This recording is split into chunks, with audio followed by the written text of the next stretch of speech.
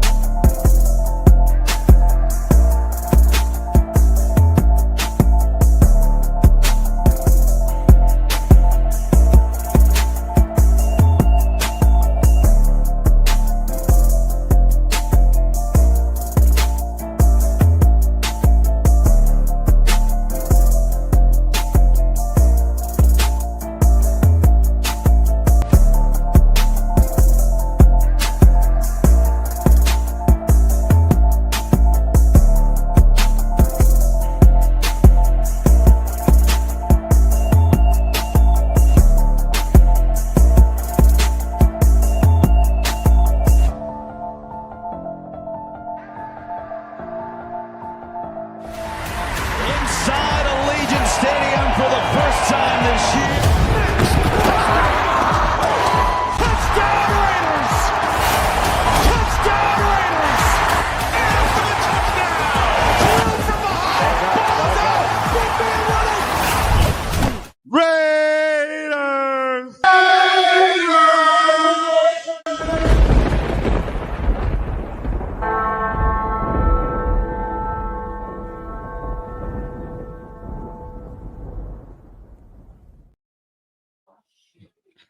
What is good, nation? It's your boy Jay Raider.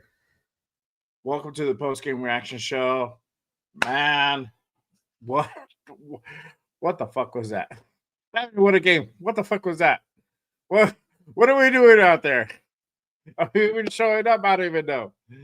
Man, at this point, all you can do is just laugh. But hey, man, it was that bad of a game where I couldn't do the show by myself. I had to go ahead and bring in my peeps to go ahead and help me do this show and voice out what the nation is feeling after watching that Monday night performance. Let me go ahead and first bring out my guy Rita Primo in the building. There we go. Salute my guy. How you doing? Another week, another. You think it can't get worse, and the Raiders just find a way to make it worse. I know. It's crazy. It's crazy. We gonna dive in, but we gonna dive in. I'm feeling great that we can have some therapy together as a nation. There you go. Exactly. This is what it is. Therapy session has begun. Let me bring out my other guest for today, Raider Will. Hold on. I don't know anybody either, bro. Y'all getting me, bro.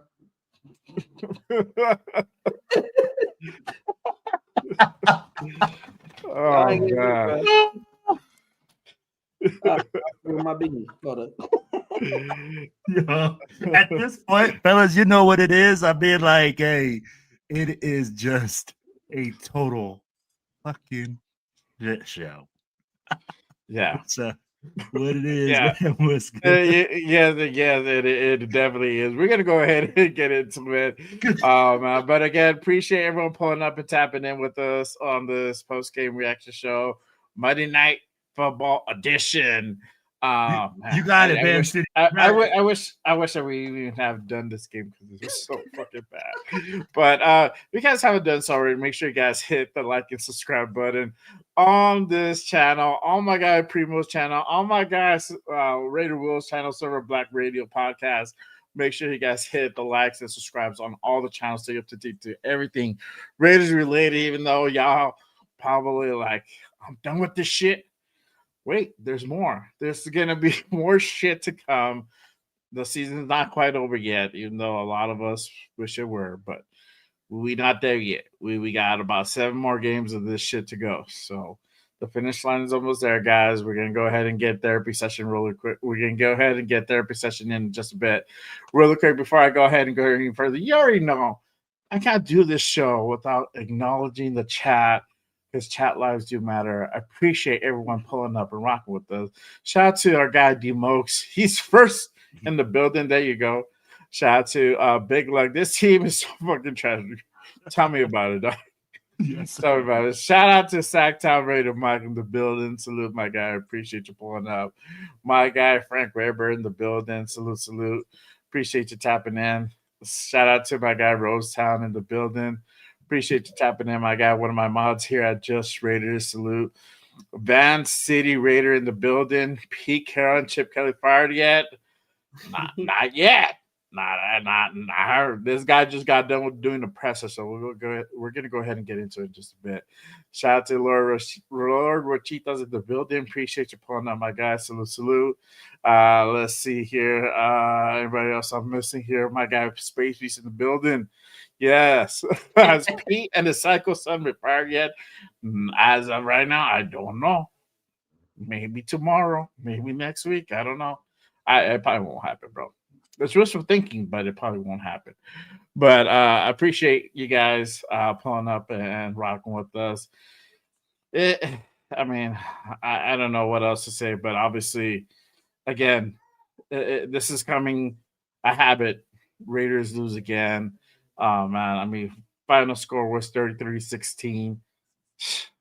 Let's go ahead and get into that box score. That good old box score is going to go ahead and cheer us up. Well, we're going to go ahead and dissect this pitch, because this game was just so bad from so many points of view, and it's so bad to the point where I'm feel bad for our defense, because our defense is like out there trying so hard.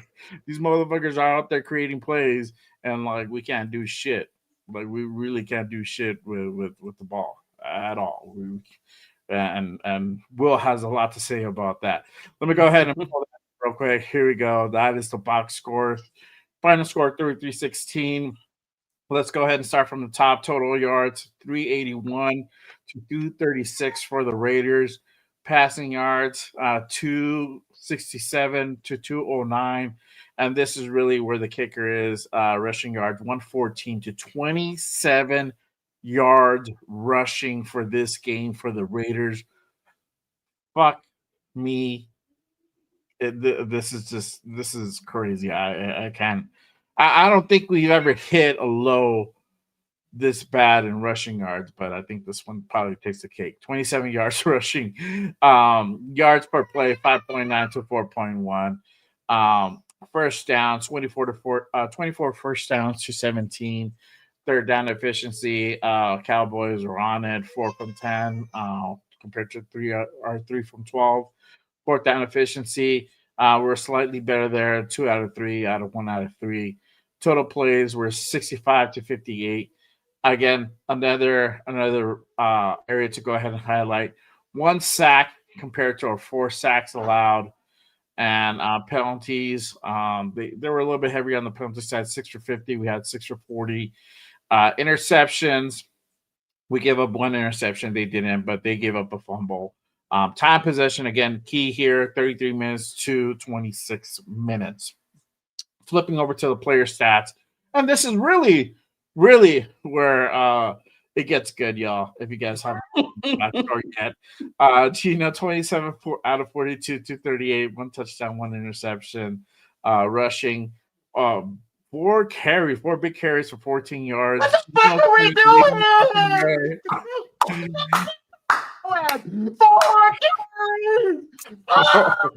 Hold on. Oh no!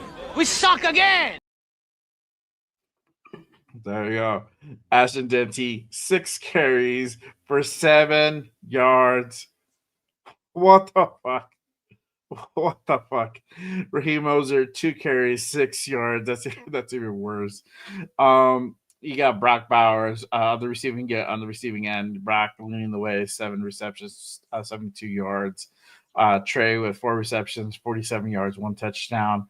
You got Tyler Lockett, 3 receptions, 33 yards. Genty, 6 receptions, 27 yards. It was air game for Genty. Ian Thomas, 1 for 20. Jack Bash finally got a catch for 19 yards. Go figure. This kid apparently can fucking catch. And you got Michael Mayer for 3 receptions, 13 yards. Raheem Mostert, 2 receptions, 7 yards. Defense did come out, and they were in it probably about half of the game, and then obviously something had to give. Isaiah pulled him out, 4 tackles, 5 assists. Devin White, 3 tackles, 7 assists. Caillou, 3 tackles, 2 assists, along with Max, that also had a sack on top of that. Eric Stokes, 2 tackles, 1 assist. Rob, 2 tackles, 2 assists. Jeremy Chin, 2 tackles, 4 assists. Jamal Adams, 1 tackle, 3 assists. Charles Snowden, 1 for 1. Darnay Holmes, 1 tackle. Jamin Davis, 1 tackle, 2 assists. Adam Butler, 1 tackle, 4 assists, and same thing for Thomas Booker. But man, oh man, looking at those stats, and I'm gonna go ahead and remove it for the viewing audience at home. I'm not gonna go ahead and put you guys through that anymore. But looking at that, what comes to mind? I guess just looking at the stats alone, not looking at the actual gameplay, because we're going to go ahead and get into the gameplay as well. But I'll start with Primos first. What are your thoughts when it comes to when you've seen those stats?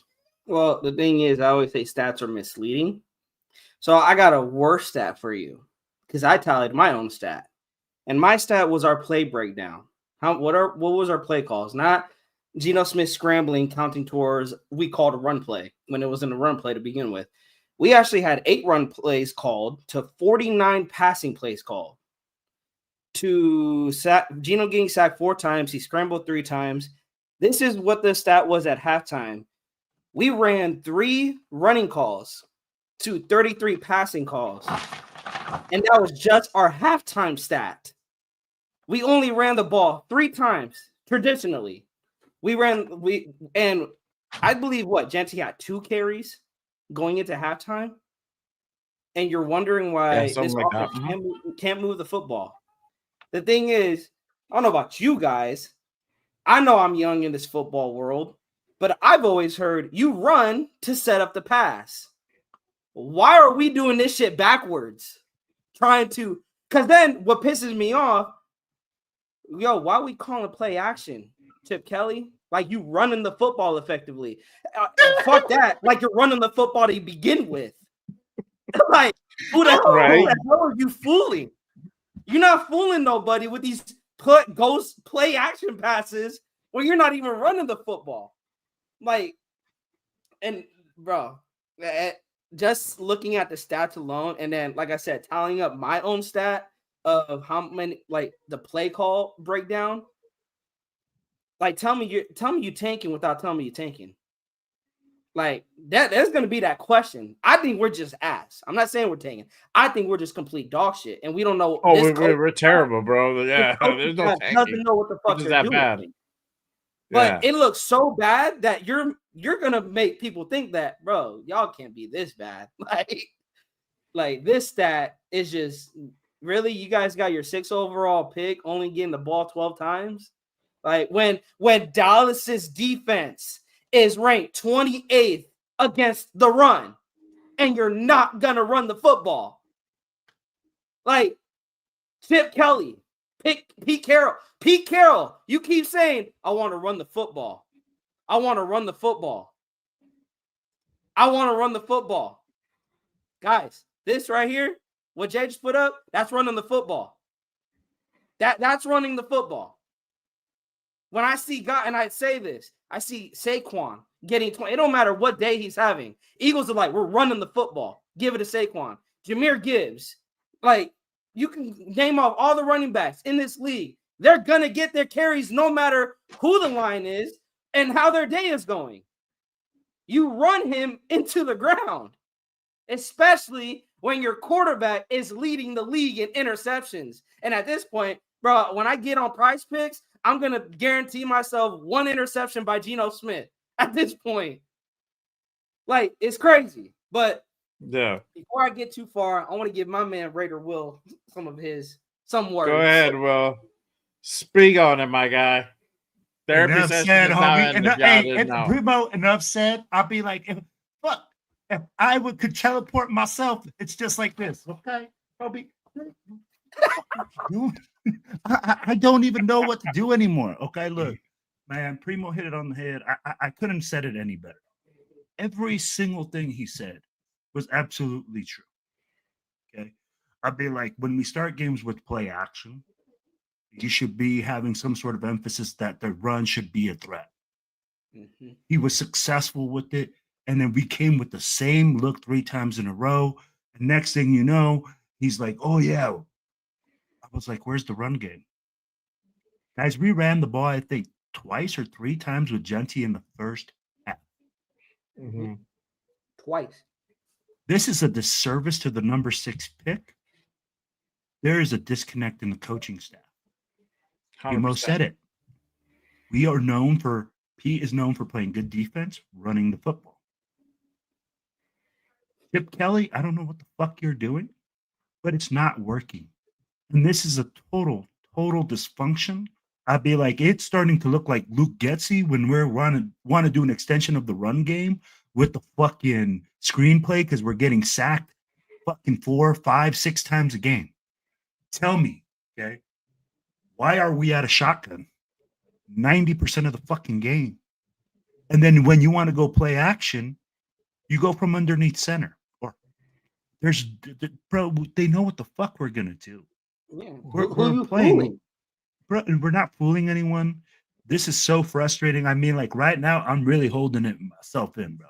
Like I don't want to go off because I'm just gonna go off and sound repetitive.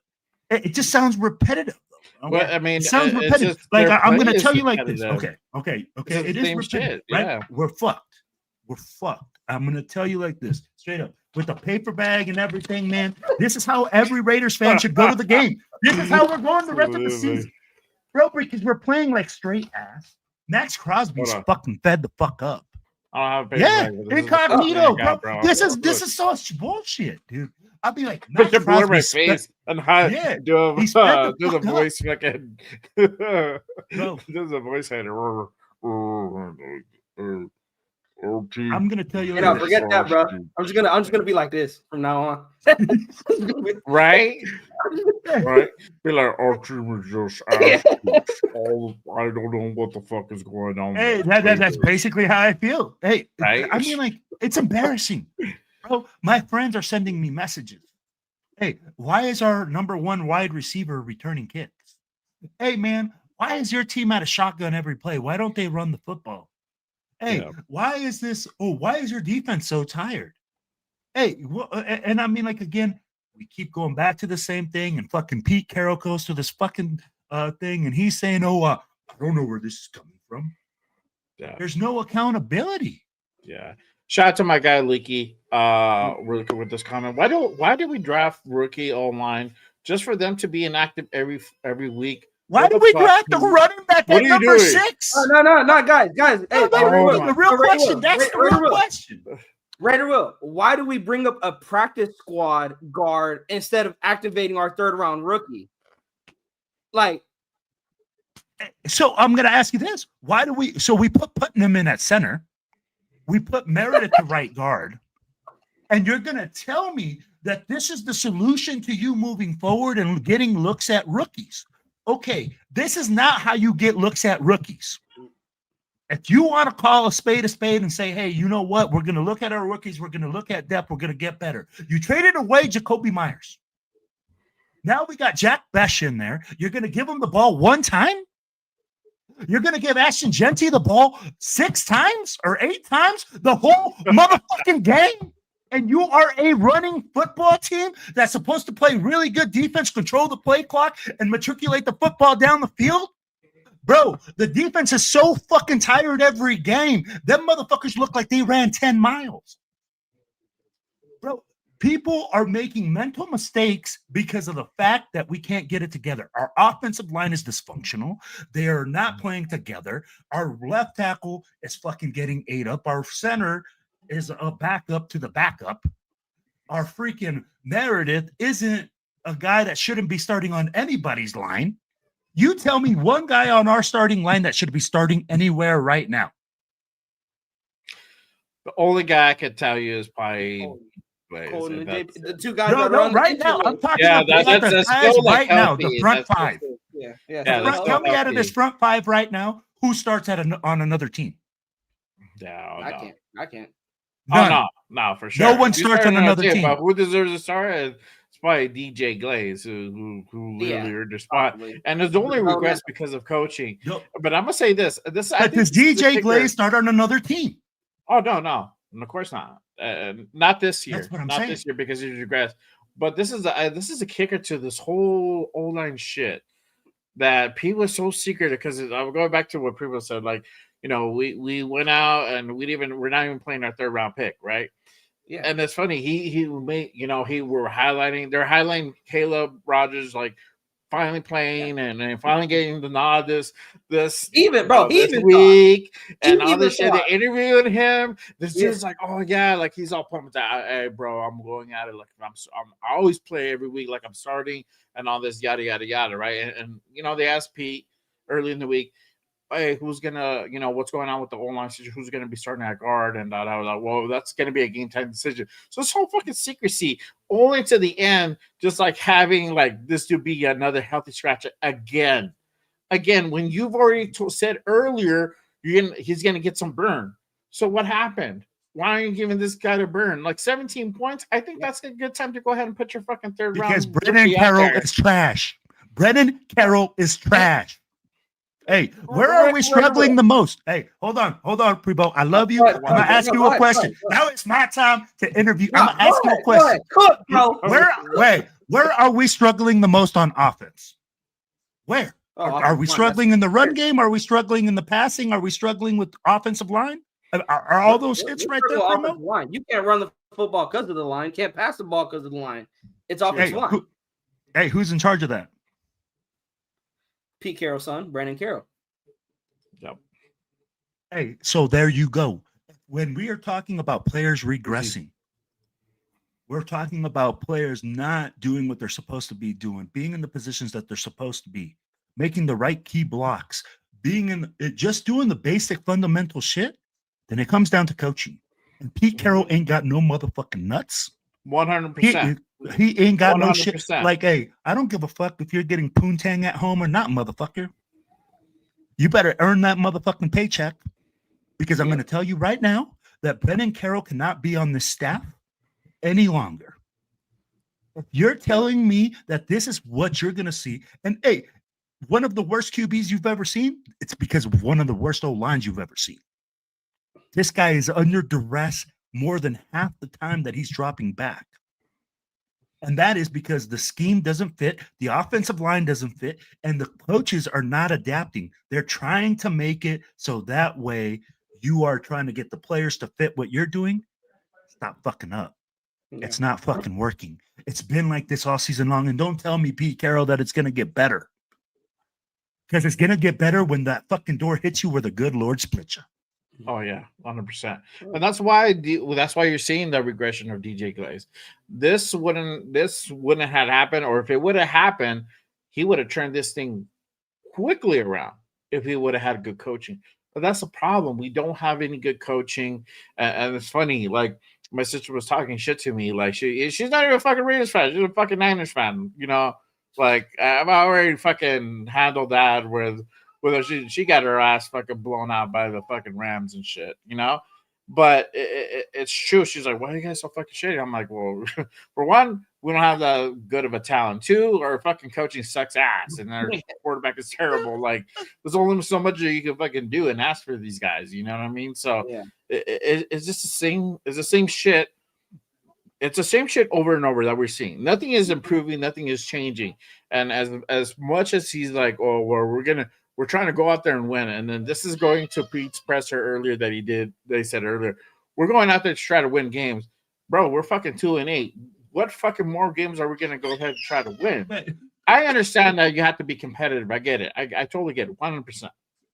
Hey, isn't that your fucking job? If that's really your intention, why not do the moves that's going to go ahead and get you the best results? You're doing the same shit. I mean, yeah, you move the guy, the O-line over we're halfway point or just past a halfway point. Here's my thing, Jay. Why did we do this earlier? Why they do it when JPJ goes on the IR? Exactly. Now you want to take Meredith out. Now you want to take Meredith out. Like, okay. Now you want to shuffle him out. Now tell me that there's no vendetta against JPJ. Like, because it takes him to get injured, and now you move Meredith out of the center position.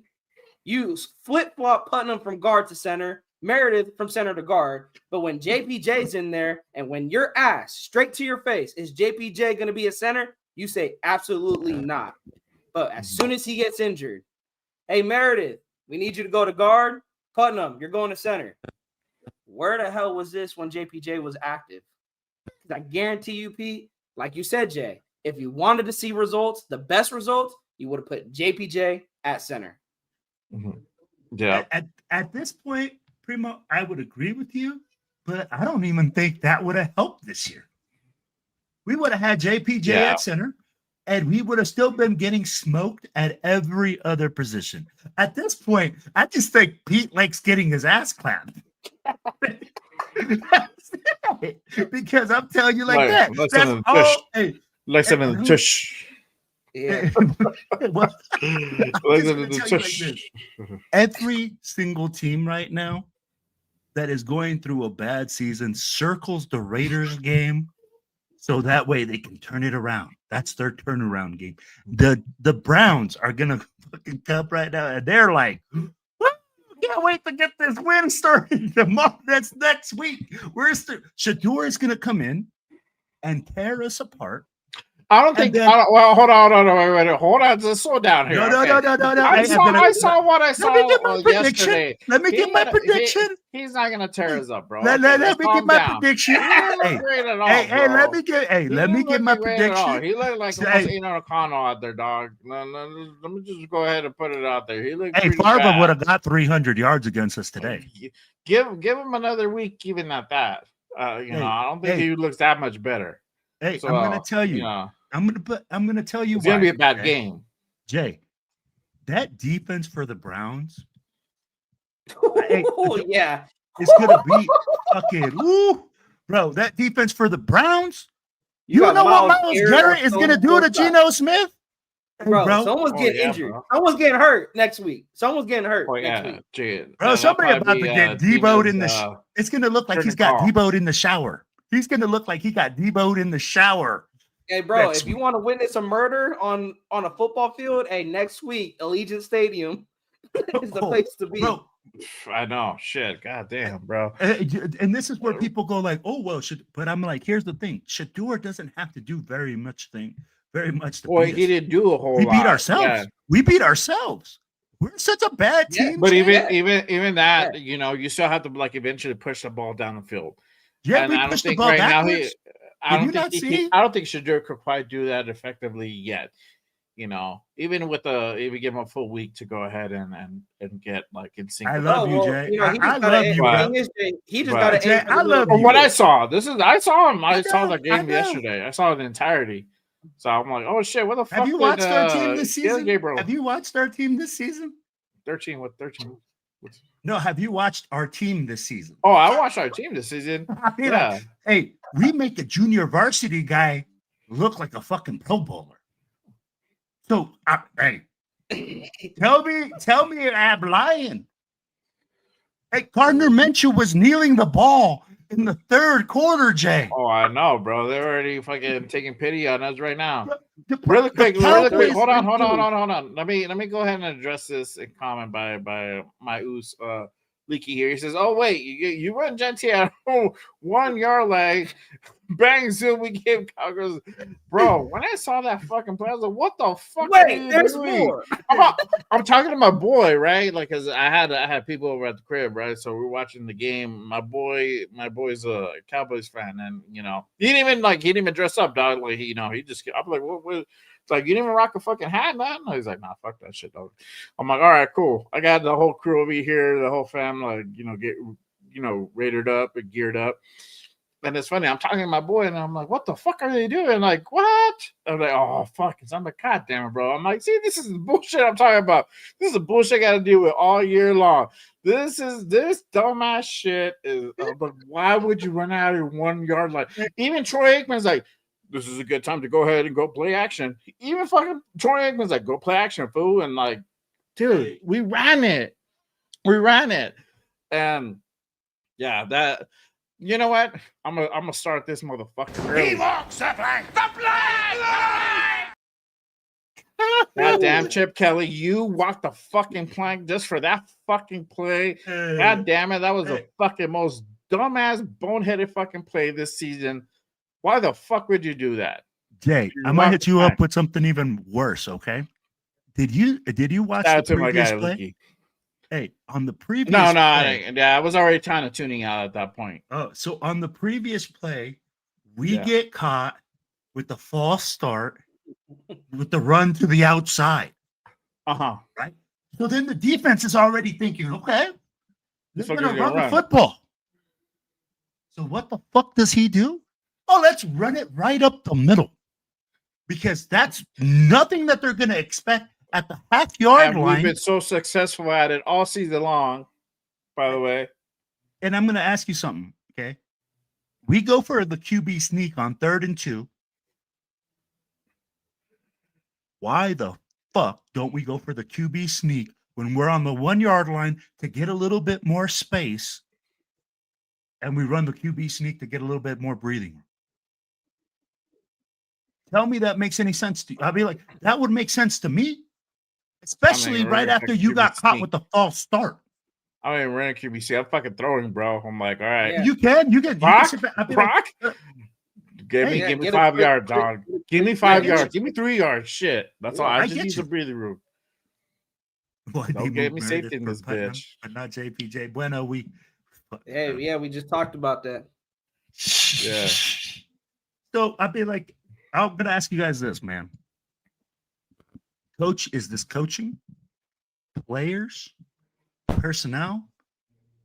Or what? What is it on this loss? Because I mean, like, honestly, man, there's so many things, right, that we're talking. There's so many issues. I'd be like, we're like a burning crack whorehouse. Okay, that's it, bro. Like, that's what I consider like the building right now. The building is just on fire. Everybody's just freaking like not doing what they're supposed to be doing. Why 100%. Is it that Chip Kelly doesn't want to run the football?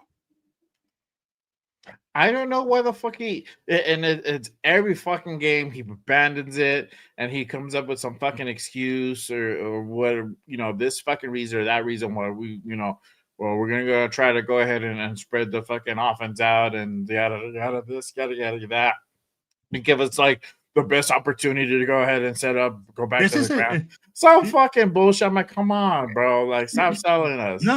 I mean, like, this is why I'm asking you guys, okay? Because we keep getting fed bullshit. Oh, yeah. Every single time. I mean, like, let's be real. This administration or whatever the fuck you want to call it, or, whatever, has taken zero regime has taken zero accountability. Yeah. It's all talk, no show. Is continuously giving excuses and saying we're trying to win, which, you know what, motherfucker, that's your job. You shouldn't be trying to. Yeah. You should be doing it. And the things that we're doing that you're saying that doing to win are not reflective of the game calls, are not reflective of what we should be doing, especially when we're talking about the differential in the run game. Yeah. Primo said it. 49 fucking pass plays. This is This is the same thing that we did last fucking year. This is the same fucking shit with a different fucking name, which is a different fucking regime. That's exactly what it is. It's there's no thing that's different about it. It's the same fucking shit we did last year. We're all thinking we're gonna be this fucking air raid type of fucking team. This is not how the fucking game is ran. And with the fucking very streaky quarterback, at least last year we had, I'm not an AOC guy. I'm not. But at least I could give it up. This kid can sling the ball, and he was getting better at his reads, and he wasn't turning the ball as over as fucking Gino over here. And that's what we had more to our advantage. We just did not have a run game. Now we have the capacity of a run game, but we don't have a fucking O-line. We have a running back that can run it, but now we don't have a quarterback that can sling it effectively, who makes smart choices, and that's the problem. That's the problem. It's the same shit, different year, with a different fucking regime name, but it's the same thing. Same, but different. Same, but different. Really quick shout out to almost 80 people in the building. Appreciate you guys. Make sure if you guys haven't done so, make sure you guys go ahead and smash that subscribe button on all these channels. My guy over here, Raider Primos, to my left. And my guy Raider Will to my right. Make sure Silver Black Raider Podcast, and then Just Raiders, baby. Make sure you guys go ahead and hit that subscribe button. Click that, hit that bell for the notifications whenever we go on. You guys be notified. Make sure you guys go ahead and pull up and tap in, especially if you're feeling what you're hearing. Appreciate you guys tapping in and rocking with us. Yeah. We're gonna go ahead and we're gonna kick this thing up a notch. Y'all ready to kick it up a notch or no? Yes, bro, you see how red I am right now, bro? I'm burning up right now. I've been holding back. I've been holding back, bro. I've been holding back. I got Puerto Rican. I got my Raider in me that's pissed. I got everything fueled up, just ready to let it out. I'm about to go grab my machete, bro, and get this Salvi blood down there and just fucking go to Vegas and just go to Hacktown, bro. Just, hey, I'm gonna show them how it's done. I'm like, hey, we handle this shit like men. Fucking straight up fucking bloodbath down there, bro. Oh, we gonna do this pressure. Oh shit. Yeah. That means Dallas little Cowboys, whatever. Hey, salute to you guys. That's cool, man. Y'all won. That's cool. We played like fucking ass. Shit out of us. Y'all, we played like ass, and it is what it is. But we knew this coming into it. Like I wouldn't. You guys have optimism like that? That's just me. That's just me. I wouldn't be too proud beating a 2-8 team. That's just me. But I don't know. I don't know how much optimism you guys had for us to be able to go ahead and really still win the sick one out in our own building. But it felt like that. I didn't have a lot of. I knew that we were going to go ahead and pull this out. But I don't know if you guys had optimism. Cool, power to you. I didn't. I was just like, this ain't gonna be good. Like it's either gonna go a very low scoring game, but it's gonna be like another Denver game where we can't move the ball really. Like each team just sucks that bad that they just can't really move that ball. It's gonna be a low scoring game, or we're gonna get cooked. And Cowboys eventually got their shit together, and that's what happened. We just got cooked. And it's like Raider Will said, bro. They circled the Raiders. Hey, that's when we're gonna get our shit together. Yeah. That's when we're gonna get our shit together. Hey, that's why I picked up Dallas defense on fantasy. Got CeeDee Lamb starting. I still lost, but still lost in fantasy. But hey, I'm gonna tell you like this, man. I don't even know it, and I'm sorry, Raider Nation, but every single fucking coach that comes here somehow, bro, becomes retarded. Like. They just can't get their shit together. Yeah. And I'm going to tell you like this. Hey, what I want you guys to do is get into the height, or if you guys are on YouTube, because I want this shit to get into the height stream. I want freaking Carol and fucking Chip Kelly to listen to this. I mean, like, I don't know how to do that, but I know that if you click in the little comment section, go to the right and get into the hype stream. But I'm going to tell you, you guys need to stop acting like some fucking putos out there, man. And run the fucking ball and have some fucking levels and then freaking play some good defense like you guys are going to say you're going to do. Stop abandoning the run game. Stop doing all this other stupid bullshit and get your shit together, man. Either that or Chip Kelly, you need to fucking pack your shit and get the fuck out. Yeah. Let me go ahead and go into P had a presser. P had a presser earlier, and like I was saying earlier, this shit was fucking boiling my blood. Yeah. And interesting. P got asked some questions, and he got a little defensive. So imagine that's something that you like to. Let's get into the question part. Dak's numbers, but he must have had a pretty good night himself. 25-33. So he was on it. So very difficult night for us. Sorry about it. I feel bad. Pete, you mentioned that the balance got out of whack there a little bit. It was 31 dropbacks in that first half, 3 runs. Is that, I mean, I can't imagine that that's something that you like to look at. Yeah, it wasn't 31 dropbacks. It was a bunch of play action passes. And really, I really wanted to see us do that. And there's only one person to look at me because I was influenced on the game plan. I loved the way we were chunking them and we made big plays. But I knew what was happening, and Chip and I knew what was going on, but we were trying to stay with it and to see if we could continue to get the big plays, which we were getting. And then we just stalled in the red zone. And unfortunately, and we got the second drive, I think it was, maybe it was the first drive, we got sacked a couple times, right off back to back. And it was, it kind of got us out of whack a little bit. But I don't really care about pleasing people with our run pass mix. I'm trying to move the football, and we wanted to get the ball to Brock a bunch and see what he could do and our other guys. And Carey definitely did it. But when you come back to it, we were supposed to be ahead with that approach, and then we're supposed to come back and run the football in the second half and later in the second quarter. But our inability to get in the zone brought us backwards. What the fuck? What the fuck are you talking about? You're totally fucking delusional. Pete, just what went into the decision to start Will Pettum and Sinham and shift Jordan at right guard? The competition during the time with this week and what's been happening the last 2 weeks, we've been looking at it. So we tried combinations. We looked at all of it and felt like that was the best way we could go. Jordan had a really solid season at guard last year, and he felt really comfortable moving. And so we tried. We tried Caleb. You guys were following that, and we looked at some different combinations, and this was the best way we thought to do it. And just a follow up to that: is this a permanent change to offense? We're one day at a time right now on those kinds of choices. We'll come back tomorrow, see the film, see what happened, and look at our options. The decision not to dress Caleb. I mean, are you kind of getting to the point where maybe it's time to go see some of those young players? Like I think that's your guys' way of thinking. That's not our way. We're trying to win the games. We're trying to do the best and win the games. And I kind of thought that might come up. I don't know. Yeah, Geno Smith throwing the ball 49 times is the best way to Pete, fucking when you win. look at this one's better. and all the changes that came in the offseason, if there isn't some type of changes, is there a concern that you can send the message that there isn't accountability for the offense and it's being anemic? I don't have a chance at understanding what that question was. So try it again, please.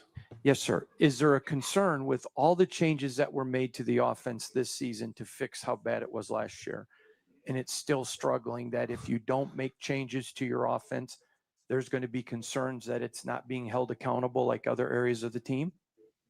No, I don't. The last part of that question that I don't even know how to address. We're gonna take a look at everything we're doing, and which is what we do on a week-to-week, day-to-day basis. And we don't know. That's the only way you do it. So as you're looking at this question to project in the future how we're going to look back at how we didn't get anything done, I really don't have a good answer for you. But every step we take, and I took the accountability. This is my football team, and I had a chance to do something on offense in this game, and we went after it. And some of it was promising, and some of it didn't work out in balance wise. And the score, because we couldn't stop them, it knocked us kind of out of whack a little bit the way we want to go about it. So that's how it goes, and we're trying to do it right, and we'll keep working at it. There is a lot of guys that did play last year on this team in the offense. It's pretty much the same group up front with the guys that are banged up. Not so, but until this past week without Colton, we have the guys that we've had, and so we're hoping that they're going to continue to grow and grow together. There's some youth in there and some inexperience that we're we're dealing with and trying to figure out how to bring our guys along. We would love to see Caleb play, and we would love to see Charles play, but it hasn't happened that way. They've got to show it in practice and show us that they're ready. We're not ignoring it at all. We're paying attention to it, but that's just part of the rigors of a season, and particularly a difficult season. And your questions are warranted, and I have no problem with that. But I don't have answers for all. Pete, I was wondering, just due to like having two starters on your offensive line out with injuries, how much did that impact the decision to be more pass heavy in this game instead of on the run? I'll give you this last answer. Really well in the play action game. Look at it. We got sacked 3 sacks on drop back passes. So that was part of, we wanted to make sure that we were taking them into account by using the action passes. Okay. And so that's a way to play ball. And it's always part of our football. We just emphasized it more so to try to help them, and so as we look at it, we'll figure it out, when we can. I always want to run the football more, but I don't care about when we run the football more. I like to win the games, get ahead, and kill it in the fourth quarter and run it 15 times in the fourth quarter. We haven't had that opportunity because we're not ahead. So what? You guys know I've been doing this for a long time, and those thoughts and approaches, that's in the books. We've done it that way for a long time, and we're just not getting the chance because we're not ahead in the game, and we got to get out ahead. All right, I'm stopping you there because I can't take any more. Can't take more of this shit. Jesus Christ! That hearing those responses, I'm gonna go real quick first. I'm gonna keep it short. Go ahead. Hearing those responses from P, it just boils my fucking blood. For one, you don't want to run the ball because you're not. What? I never heard a more egotistical response to something. That is the proof in the pudding. He is writing on his accolades. Yes, I get it. Won Super Bowl. Great. That was 10 years ago. You haven't done it since. You won a natty back in 90 something. Early 2000s. That was a long time ago. You can't always rest on your laurels. You have to be innovative. If you want to run the fucking ball, run the fucking ball. You're the fucking head coach. Tell your offensive coordinator, we got to run heavy. Figure it out. We got to have a minimum of X amount of carries this game. Make it happen. Run it. You're the coach. Run it. And those answers to when and I applaud. I'm not a Hondo fan, but I applaud Hondo for fucking asking those fucking questions because I'm like, that was what are you gonna do? That was a great fucking question. And again, that's all of us questioning the media, telling are you guys gonna just throw snowball questions and not push the envelope on the issues at hand? I'm like, you guys are gonna keep accepting these dog shit fucking answers fed to you and writing them or blogging them or whatever you do, like. Come on now, question that shit. This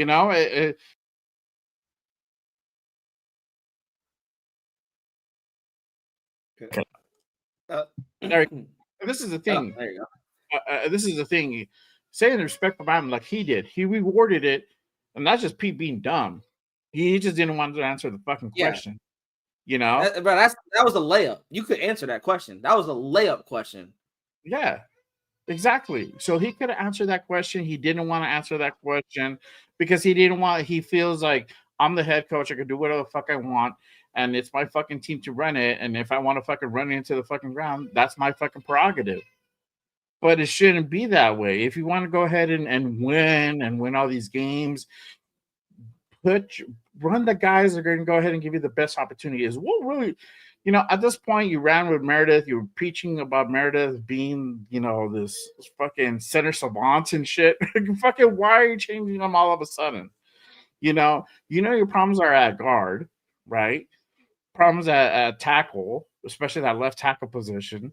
There's just nobody. Well, you put Caleb in, you put Charles Grant in, and you see what these guys have. And if you're not comfortable with starting them, don't start them. That's fine. Give them some burn. See what these guys can do. And they're like, okay, oh shit, you know what? We gave these guys an opportunity and they shined. Or they didn't. They need more work. So now we're going to go ahead and they're going to go ahead and sit they're gonna sit on the practice squad, they're gonna sit on the bench, and they're not gonna dress until we feel they're more ready. This is what happened. We gave them the opportunity, they flopped. But it shit like that. It's it like that. I'm gonna give it to you now, Primo. Go ahead. Tell me what you think about bro. This is why I don't watch his pressers, because just like you, they get my blood boiling. The Caleb Rogers answer makes no sense. Yeah. What are you seeing that you're telling me he's worse in practice than how our offensive line is in a game? That's what you're telling me. Charles Grant and Caleb Rogers are worse in practice against this trash-ass defense, that trash-ass defensive line, than how our offensive line is in a game. That's what you're telling me. I don't believe that. For 1 second, I do not believe that. I believe that you don't want to play Caleb Rogers, you don't want to play Charles Grant, and you want to do it because you want to give your guy, Alice Kappa, even though that's more of like spy, which is weird that they're giving Spytek's guy more burn than his own rookies. And then also Stone Forsythe. You want to give him more burn than Charles Grant. You want to activate a practice squad guy, then activate a third-round pick. And when you need defensive line help, you don't want to activate your rookie defensive tackles until, 11, 12 games in? We knew from the start, when Wilkins got released, we knew, now we need defensive tackle. Now we need defensive tackle help. We knew that from the jump. Fans knew that from the jump. Pete Carroll was like, I didn't know that. This shocks me every single week that we can't get to the quarterback. Yeah. We can't run but this is shocking. And then you want to say you're taking accountability, Pete? No, you're not taking accountability. You're trying to put the question under the rug and trying to run away from it. The question is simple, Pete Carroll. You're not making adjustments on the offense, meaning the defense is looking at the offense like, well, offense is not getting held accountable. Geno Smith, 13 picks, not in competition. But guess what? JPJ, who, yes, Pete, you're right. He was here last year, but he wasn't starting at guard, Pete Carroll. He was starting at center. So guess what, Pete Carroll? You're making Antonio Pierce look smarter than you because he's putting players in position to compete like you're talking about and had us get more competitive games than you do this season. Has anyone told you you're 2-8, by the way? I want to try to win football games. You're 2-8. You want to talk about, I want to run the football. You ran the football 3 times. Your offensive coordinator had Geno drop back 33 times. No, they were not dropbacks. They were play action passes. Who gives a fuck what they were? They were passing plays. At the end of the day, they were passing plays. You were not running the football. That's what the question was. The question was, why are you not running the football enough to your passing plays? And you're trying to deflect the question, saying because we were in the lead, bro. You didn't know? Yeah. We were in the lead. That's why we run the ball. We didn't have the opportunity to do it. You want to direct the question somewhere else. You don't want to answer it. Pete, you're in over your head, brother. This ain't the Seattle Seahawks. This is not 2014. Ashton Genty's not Marshawn Lynch, and if he was, bro, Marshawn Lynch would be cussing you the fuck out right now. Ashton Genty's playing nice, but he also looks like, damn, why the fuck did I get drafted here? Max, and then I don't know, is he taking a subtle shot at the defense? That he did. We were behind. Yeah, we could have stopped him. We could have stopped him. We could have stopped him. Thing. So Max Crosby getting a strip sack. So Max Crosby getting a strip sack at the 12-yard line is not helping the offense out. Good teams get 6 points in that situation, Pete Carroll. But what is your offensive coordinator does? He comes out with 3 straight passing plays off of, mind you, we are inside the 20-yard line with our rookie running back up to this point having 2 carries, you guys. Having 2 carries. But again, this is why I couldn't watch it. Because he's been saying this shit all season long. I want to run the football. Oh, yeah. I want to run the football. I want to run the football. I want to play a balance. I want to play balanced football. Yeah. I want to play balance. I want to run the football, play defense, run the clock out. And he always says it, but we need to have a lead. Then why is your offense coordinator having your quarterback that you will go to bat for? because he leads the league with 13 interceptions. He is totally the worst. He is the worst quarterback this season. But guess what, Pete Carroll? This is the best idea you came up with. We're going to have the worst quarterback drop back 49 times. And we're going to run the football 8 times. And then I've seen people in the chat, you can't run the football with the bad O-line. Why? Because we can only run up the middle? We can only run up the middle. We can't run to the side. We can't run outside. We can't run pitches. We can't run counters. We can't run out of shotgun since Chip Kelly loves to call plays out of shotgun. We can only run up the middle. That's the only thing we can do. And it's crazy because I was taking these statistics and I'm telling myself, anyone in this chat, anyone on this panel, you don't even do this shit in Madden. Right, bro, you give Jetty the ball more in Madden than Chip Kelly gives him in the actual game. Like, that's freaking sad. 3 fucking times in the first half, we only ran the football. And then someone hit it to me on the button. Someone texted, my dad texted me, guess what? We're going to get blown out, and now we're going to start running the football. So what do, guys? Down 33 to, 31 to 9 or something like that at our own 2-yard line. What do, you guys? Now we're going to fucking run the football. Like Raider Will was saying earlier, after a false start off of a run play, Pete Carroll is like, Chip, yes, that is a great play call. Go run the football at your 2-yard line. So that way we could blame it on Genty and we don't got to blame it on Gino because Gino's my guy. I would die on that hill. Gino is my guy. Pete, Chip, better get fired tonight. Fuck tomorrow. Tonight. Fire them asses because that stat, when I seen that stat, 49 dropbacks to 8 running plays, that's fireable offense. Fireable. This is not the first time that happened either. And that's the sad part. That's the crazy part. This is not the first time that happens. And we keep seeing it time and time again. And then when they actually do shit more in line, it fucking works. And we see positive results. Somewhat. Because not that much because we're 2-8. But we've come in close, common competition and real competition in games. I mean, we just played Jacksonville. We ran the ball more. Not a whole lot, but we ran the ball more. We were more effective. And yet we got to 29 points. We got to take that shit into overtime. So it's just fucking shit like that.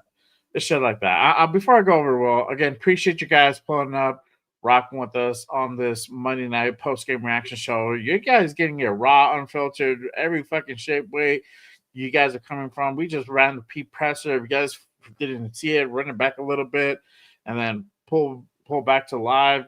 You get to see what the fuck we're talking about.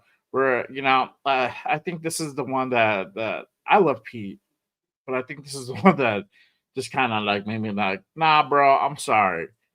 I'm gonna have to break up with you, bro, because whatever the fuck you just said made no fucking sense. Made no fucking sense at all. At all. We have a lot of the old guys playing on that line. What fucking old guys did you play on that line aside from Meredith and Glaze? That's it. Kappa's new. Parham's the other guy. All right, cool. Parham, but Forsyth is a new guy. And you're talking about like these guys have to show you in practice. That's your job to get these guys fucking ready in practice. This is your offensive coordinator's job. This is your offensive line coach job to get these guys fucking ready. And if they're not ready, that falls on you.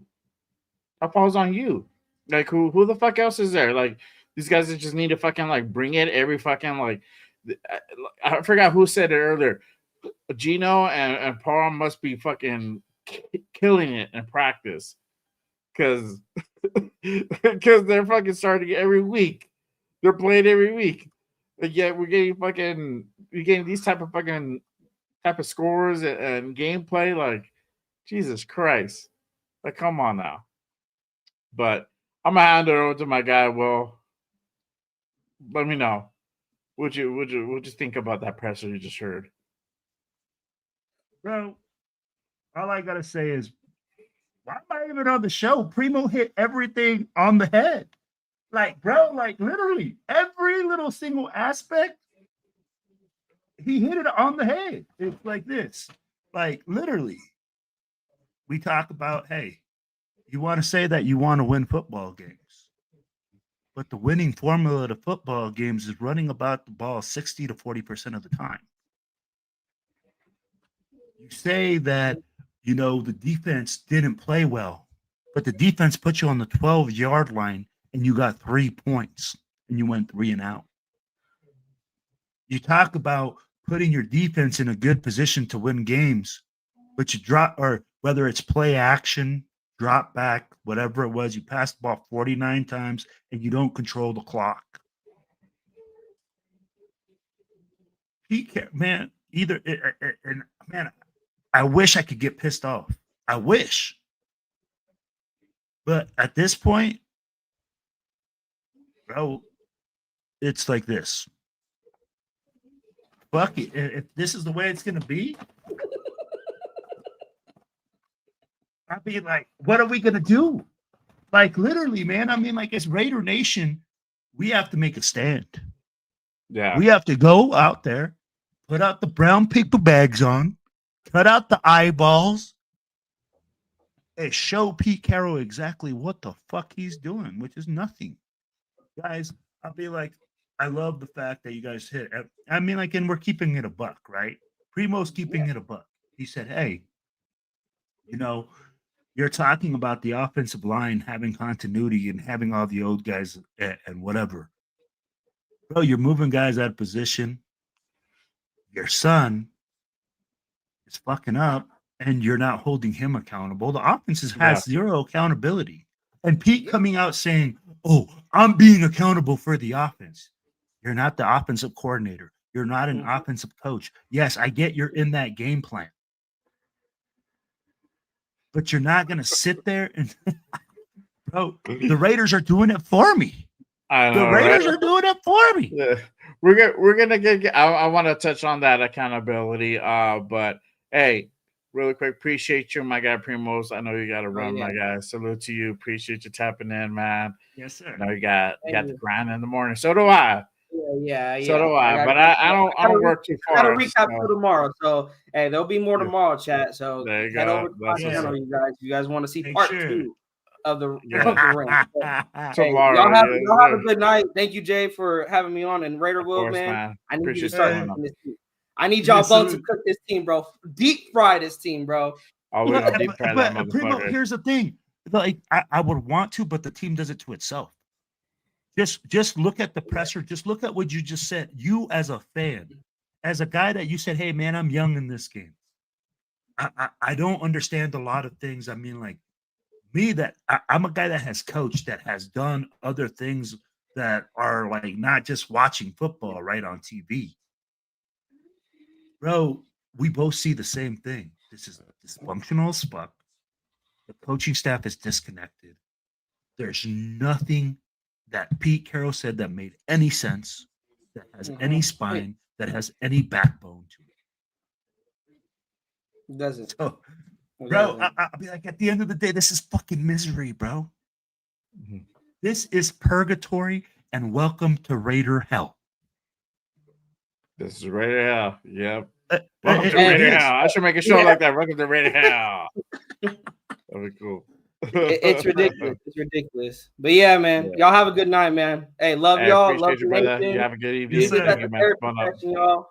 And we got 6 more games left, 7 more games left for this bullshit. 7 more games, I think. Yep. Yeah, but we'll get it through together. Love y'all. Hey, Primo, before you go, let me get what you think is something positive that needs to happen before the end of the season. Something that you need to see to say that we're going in a positive direction. I was going to actually touch on this. I know I'm not against, like, I was against firing coaches, but it's like I watch these pressers. They don't make sense to me. Like, I don't want to fire Pete Carroll, but it's like I don't trust him to develop our future. He can't develop our future now. Like, so how can we trust him to develop that quarterback that we want to draft, a new revamped offensive line that we want to revamp, a revamped defensive line, like all the pieces we as fans want. Do we trust this coaching staff to be able to handle that and be able to win with that? John Spytek gave this guy a full class, Jack Bech, 2 offensive linemen, 2 defensive tackles. Mm-hmm. The thing is, you guys, he tried what he had to give to Pete Carroll, but the only one that was in their head was Pete Carroll. That, I could win with this. But someone pointed out, I forgot who, maybe it might have been you, Jay, that back at the introductory press conference, Pete Carroll was talking about winning now. John Spytek was talking about rebuilding for the future. Yeah. Mm-hmm. John Spytek knew what he had. He didn't have a winning product right now. He didn't have a winning product. This is why you guys keep calling for Spytek to get fired. He's the only one that knows we're not even a good football team. He knows that. But Mark Davis, and this is why I put blame to Mark Davis, you guys. Mark Davis needs to, I don't know what he needs to give back the general manager position, the reins. Stop hiring these veteran head coaches, John Gruden, Josh McDaniels, Pete Carroll, giving them all the reins, all the say. Who's going to start? Who's going to play? Who do you draft? Who I'm going to bring in? Instead of drafting a quarterback, I'm going to go trade for Geno Smith. Instead of drafting a quarterback, I'm going to sign Jimmy G. No, you need to stop with that. GM needs to have all the power. GM needs to Spytek, I can sees this team. Sees how much, bro, we said it ourselves. We need everything. Corner room, linebacker room, defensive line, offensive line, quarterback, wide receiver 1. We need it all. We need everything. Give me that Kool-Aid. Give me that Kool-Aid right now. I need some more of that Kool-Aid, and the thing is, Raider, people ask, why was Spytek drafting back? Because he needed more draft capital because we had so many holes on this team. And we weren't even going to cover up all those holes this draft either. No, and that's where free agency was going to come into play. But we didn't even take any big real swings aside from Geno and Jermaine Pratt. You could chalk it up to that. Let me ask you this, Jay. Okay, and let me ask you this before you go. We built this thing to go for the future, right? We get all these young guys, and we draft all these guys, and we say, hey, we're trying to win now. We're trying to do all these things. These young guys can make it so we can win now because they're able to develop and grow and do these things. These old guys, you already know what you got. Yeah. Yeah. So why are we not playing and using these guys and utilizing them? The number 6 draft pick had 6 carries. 6 carries. Organizational malpractice right there. If I've ever heard of it. And when Primo said fireable offense, the number 6 pick got 6 carries this game. The worst run defense in the league. 28th. One of the worst. 28th, right? And you're going to tell me that we can't run the football? That you're going to give up after 8 run plays?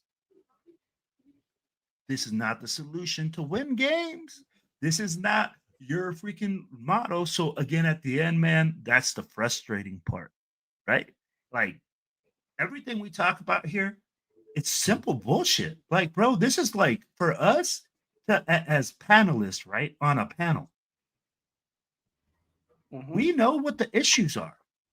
We can see that this is not functioning, that there's, hey, guess what? Your fucking GM is looking for the future. One coach wants to win right now and run the football. The other one wants to throw it out like he got fucking Dan Marino back there when we got fucking Uncle Rico. So tell me, how is this all supposed to work? And then your freaking head coach has 2 sons on the offensive coordinator staff. And then the offense gets a slide every time. Tell me when we heard, hey, the offensive line needs to get their shit together. We are allowing too many sacks. Right? I have not heard that shit all season long. I'll end it with this. I'll let my guy Alec M said coaching is coaching malpractice all over the place. It's coaching malpractice. Like, and I feel bad for these players because these players are just doing what they're told. You guys, they're doing what they're told. You guys got to remember, this is their jobs at the end of the day. This is how they feed their families. They put food on the table. They're listening to what their coaches are doing, and I guarantee they see what JPJ has been going through with this coaching staff, and whatever is going on behind closed doors. I guarantee those players are like, I better get on these coaches' good side, or else I'm not gonna have a job here, even if that means we are gonna lose hella games. They're just doing what they're being told to do. And the thing is that I can live losing with young guys. I can't live watching a 34-year-old quarterback playing like a rookie, holding on to the football too long. At this point, we know the offensive line is bad, you guys. At this point, we know it's bad. Why isn't Geno using his legs more? Again, why are we not running the football more to get the pressure off of Geno Smith? Thank you. Thank you. Holy shit, Primo. I should hire you as the Raiders offensive coordinator. When can you sign? I can't move over. Bro, and the thing, and I always say I'm not the smartest guy because I'm a young guy. I'm just getting to really trying to study up again. But come on, I run before and we talk about abandoning the run game at 8 times. No, bro, they abandoned it out of the gate from the get-go. Before the game even started. Play action was where I wanted to go. Play action was working, but play action needs to run game in order to work. There needs to be the threat of you running the football to work. Yeah, and Raider will. No sense. Well, that's why people were like, well, week 1 was a fluke. No, it wasn't a fluke. I said we beat New England because they kept biting on that play action. We didn't run the football effectively, but they didn't want Genty to beat them. Mm-hmm. They lived and died by not wanting to let Genty beat them. So that's why the play action worked. Now, what happened between week 2, between week 1 and week 2? Pendejo juice, bro. We went out there and drank that pendejo juice and we sipped on our scissor. Yeah, bro. We thought that Geno Smith was going to get 300 yards a game and that he was going to look like fucking Joe Montana. But no, we don't have the Geno Smith that was in Seattle. We have the Geno Smith that played for the Jets. Yeah. This is even worse than the Jets, bro. This is the Geno Smith that plays for the fucking Raiders. Bro, he's gonna be that guy in Seattle that held that sign. Bro, Geno Smith, you might be joining Jamarcus Russell, and unfortunately, you might be below him. But let me tell you like this. I don't feel like this is all on Geno. I 100%. I think once maybe an audible was called, if that. I think just once, and I think that was. But that's the name of the game. Like, they never fucking call audible. Yeah. But tell me like this: when the fuck are we gonna audible into a run play? When is Geno just gonna say, you know what, bro? If we're not gonna call a run play, and Geno needs to stop playing Superman, I'll be like, bro, and I'm gonna give the guy some benefit of the doubt because you can't be under duress that much, and your offensive coordinator can't put you back there to drop back 49 times. You're not Tom Brady. You're not fucking Peyton Manning. You're not freaking Dan Marino, Drew Brees. You're not anyone like that. Just play fucking football, bro. That's it. Just play. Geno Smith is a complimentary quarterback. Complimentary quarterback. He's not a guy that's going to put the team on his back, throw the ball 49 times, and complete 42. Oh yeah, Raider will. That's why I don't get this Daniel Jones hype because he's the same thing. Mm-hmm. The only thing is Daniel Jones is in a better situation. Better coaching. Way better O-line, better running. You got a running back going crazy. And yes, better coaching that understands we got one of the best running backs and one of the best offensive line. We're gonna run the football. Mm-hmm. But the minute we seen in those losses that the Colts had, the minute they needed Daniel Jones to throw 40 plus times and to put the team on his back, he couldn't do it. He couldn't do it because he need, like you said, complimentary quarterback. Yeah. You need a run game to help him. You need an offensive line. He's not a guy that can, Geno is not a guy that can carry this football team. He needs an offensive line, and that's why I'm interested to see I want to give Spytek one more year, but this offseason is a big one for Spytek.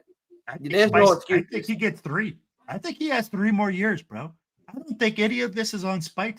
I can't see any situation where you're going to tell me that this was because John Spytek didn't draft good players. Because I'm going to tell you like this. What I'm looking at is that the coaching staff hasn't put these guys in to even get evaluated. For him to say, Pete Carroll come and say, oh, Caleb, he's not ready yet. That's why we put Putnam. Putnam has no ceiling. He hasn't showed us anything in practice. What do you want him to do? Bro. Putnam was getting destroyed in preseason. Yeah. So that's what I'm telling you. So this is where I go like, hey, you hit it on the head. Pete Carroll is seriously just either he's a serial liar, okay, because he's just going out there and just lying to Raider Nation, or this motherfucker is delusional now. We really need to go get him evaluated and be like, hey, dude, are you seeing the same shit we are? Because you're obviously not. Yeah. Really quick before you guys go any further, let me get caught up on some of these supers. Shout out to my guy AR in the building. Jay Primo Will salute gang. Terrible game again. Anyways, congrats on getting monetized. Hey, who got monetized? Primo? Who got monetized? Primo, you're monetized? I didn't get Primo. I didn't get monetized. Oh. It wasn't me. I've been monetized. I'm looking at my chart. Well, I've been monetized, so hey. Appreciate you. Look at Jay. I've been I got $1. I got $1 the whole year. I was like, I got $1. Hey, really quick, shout out to my guy Predator Raider with hold on, bro. I gotta do this right. Raiders. Even if they're fucking 2-15, I'm gonna still be Raiders, bitch. The day I fucking die. Yeah. What's up? Appreciate my guys. Salute to you guys. With the $2 holler and the $5 smackaroonie from my guy. Appreciate you. Hey man, I wish I was baller, but I'm not a shot caller. Yes, sir. Holler. There you go.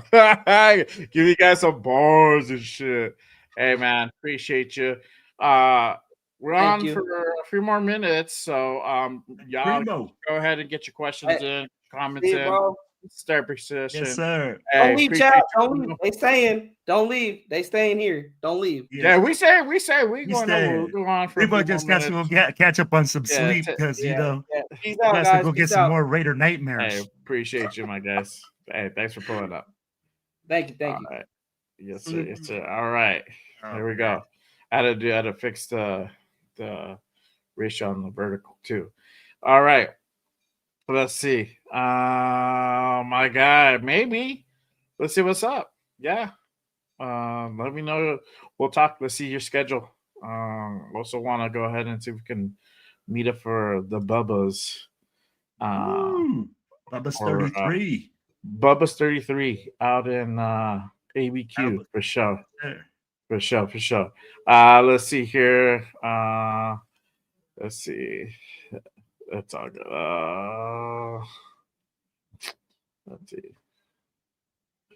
Vince is like, why even bother talking about the shit here, bro? I mean, the fuck else are we gonna talk about, bro? I mean, come on. Yeah. Oh. Alex says, Carol the fool that thought O-line and corner room would be totally fine before camp. And let's put wait, hold on. Let me speak on this though. So let's bring that one back up. So I'm going to tell you right here that you're absolutely correct in the corner room, but in the offensive line room, we thought we had stability because there was continuity on the offensive line. And the thing that fucked up the continuity was Brendan Carroll coming in, switching our center to right guard, switching our right guard to left guard, and making all those switches. So the offensive line arm was also a big mistake. But yeah, and I think that's where we made mistakes, and we got to look at the coaching now. And this is where maybe what I think is Brendan Carroll's the fool with the offensive line. And he's the one that's not coaching them up and not bringing them up to par. Let's keep it a buck here. The running game isn't working. The pass blocking game isn't working. And there's only one guy in charge. Brendan Carroll. So I'll be like, that's why I just wanted to address that real quick. I know the corner room is a fucking total disaster. Oh yeah, Like, yeah, 100%. It's just a fucking disaster, and for whatever reason, Pete's still running with Kai Bukele, who still keeps getting cooked, bro. Time and time again. So we look at that. I don't get that. So he had and here's the thing, he had 2 interceptions last game. So Pete is going off this game from last game, right? But when you start seeing this team just literally tear us apart, bro, you literally have to see that George Pickens was eating him up. Dude, and that's what the Cowboys did. You're absolutely correct. They picked on Ty Blue Kelly. Tell me why Darian Porter, who's a rookie, wasn't in the game. Tell me why don't you make the change? Why is there nobody here holding anyone accountable, Jay?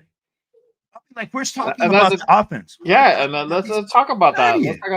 Let's talk about the accountability. And really quick to Derek's comment. I mean, there's no need for Tampa. We're just that bad, bro. We're the worst team. Bad.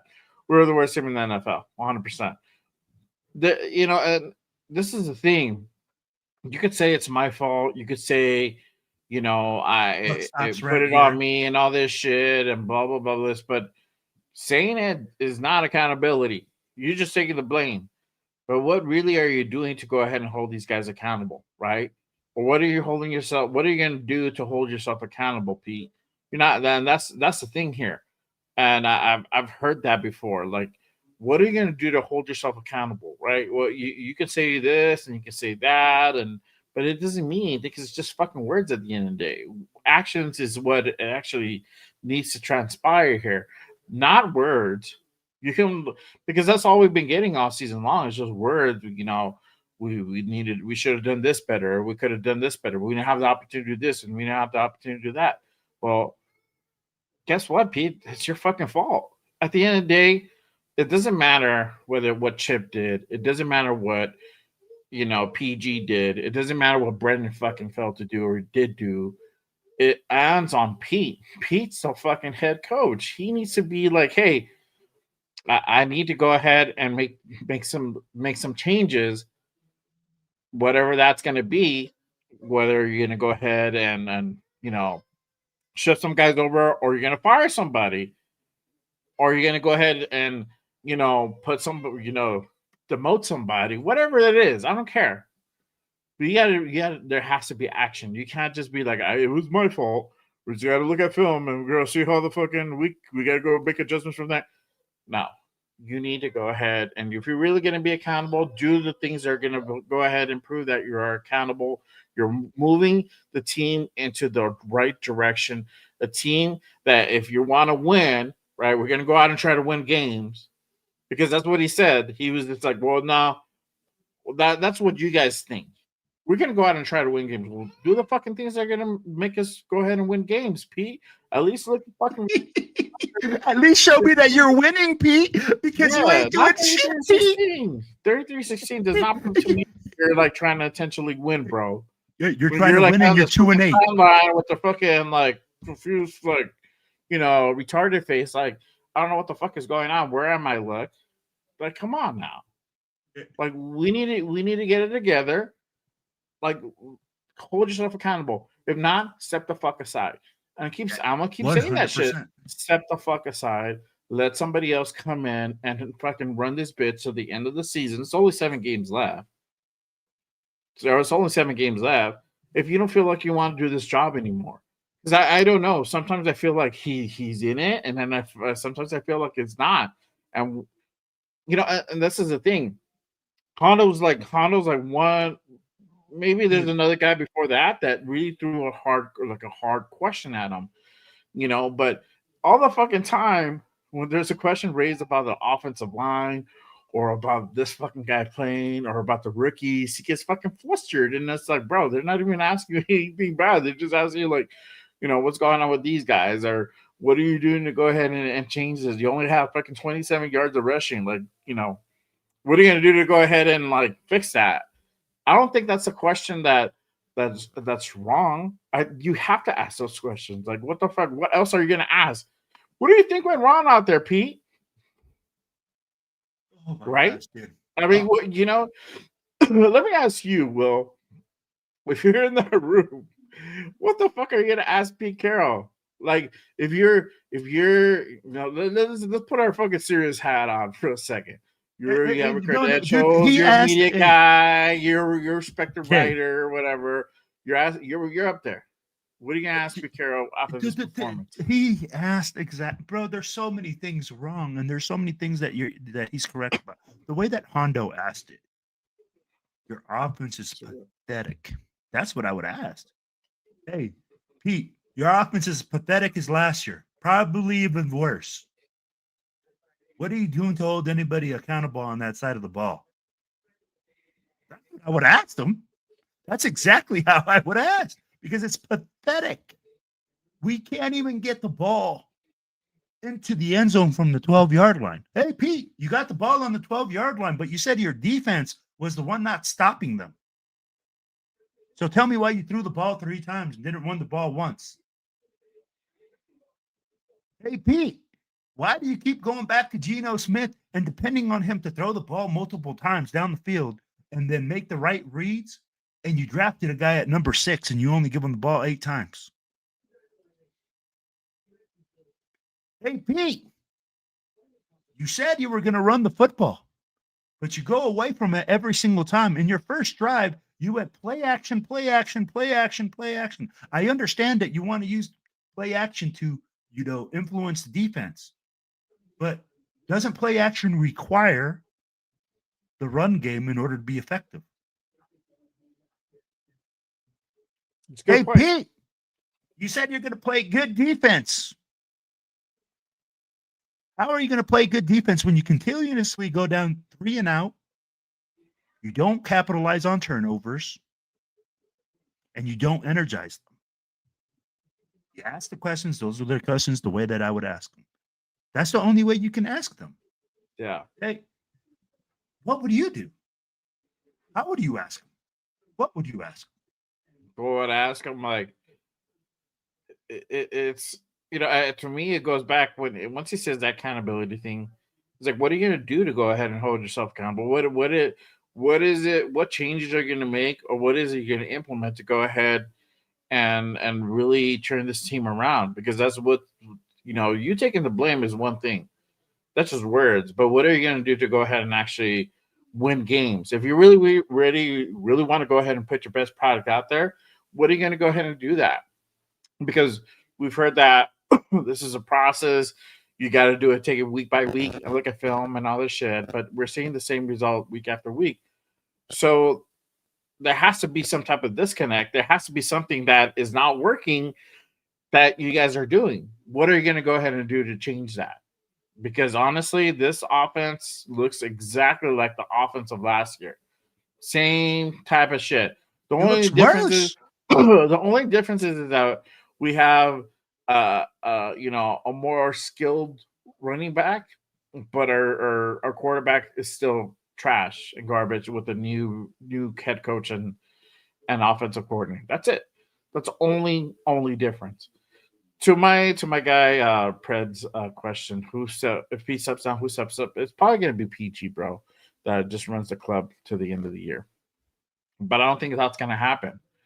As much as we wanted to, as much as we're over here hooting and hollering that we want Pete gone or whatever, I don't think honestly that happens. And you know, it is what it is. At this point, honestly, whether you're team tank or you're not team tank, we're climbing up. I think it's time to start bringing out the tankathon shit because and I've been really trying to avoid that, but I think we've come to that point where I think I just need to start bringing out tankathon and really look where we're at. I mean, before today, I think we're number 6 in the order. Before today, let's see where we're at right now. We're still number 6. We're tied with Cleveland, New Orleans, the Jets, Giants are on top of us, and then Tennessee's 1-9. So we're still number 6. It hasn't changed a whole too much, but if we're still looking to go ahead and get these top draft picks, then keep fucking Pete here. If we're really looking to go ahead and win and better ourselves and see what we got in these rookies, and fire Pete. That's really kind of the two options you have. I don't know. Brown bags at the ready. Goddamn. Yeah. See, IE Raider Mike says that our P's our coach at the end of the season for real. Yeah, and I don't see that changing. I don't even see Brendan Carroll mean shit can. It's not that I don't want it to happen. It definitely needs to happen 100%. I don't think it does happen. Pete's not going to do it. The only one that's going to do it is going to be Spytech. Spytech is going to be the one that makes that call. But until then, I think Pete has that tenure, the accolades that he's going to go ahead and shine. And he's going to be like, nope, you don't touch that dude. He's with me. He stays put. So. But appreciate 100 in the building. Salute to everyone. Again, if you guys haven't done so already, make sure you guys hit that like and subscribe button on this channel, on my guy Raider Will's channel. And I said we still have Primo's plugged in, so make sure you guys hit Raider Primo's channel as well. Hit that subscribe if you guys are viewing as well. Appreciate you guys tapping in and rocking with us on this post-game reaction show. Man, let's go ahead and take a couple more, but we're gonna head on out a little bit. Can we put a poll? Could we put a poll? Can we or no? Yeah, I could put a poll. All right. Hey, let's take a poll. Do you fire Chip Kelly and Pete Carroll as of tonight? Let us know, chat. Let us know if you guys would fire Pete Carroll and Chip Kelly. Yes or no? I want to know what your guys' thoughts are. If this was the nail in the coffin for the game, for this whole regime. Okay. Cool. Now I put it on. We'll only have. Hold on. Let me see if I can put it on. I got to put it on the vertical because I got a vertical going too. All right. I'll just tap it out. Let me see if I can get to the vertical. But go ahead.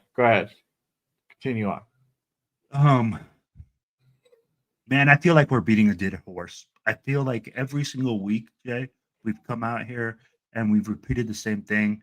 I feel like I know that you went to watch the Jacksonville game. Yeah. That's a pretty tough pill to swallow there.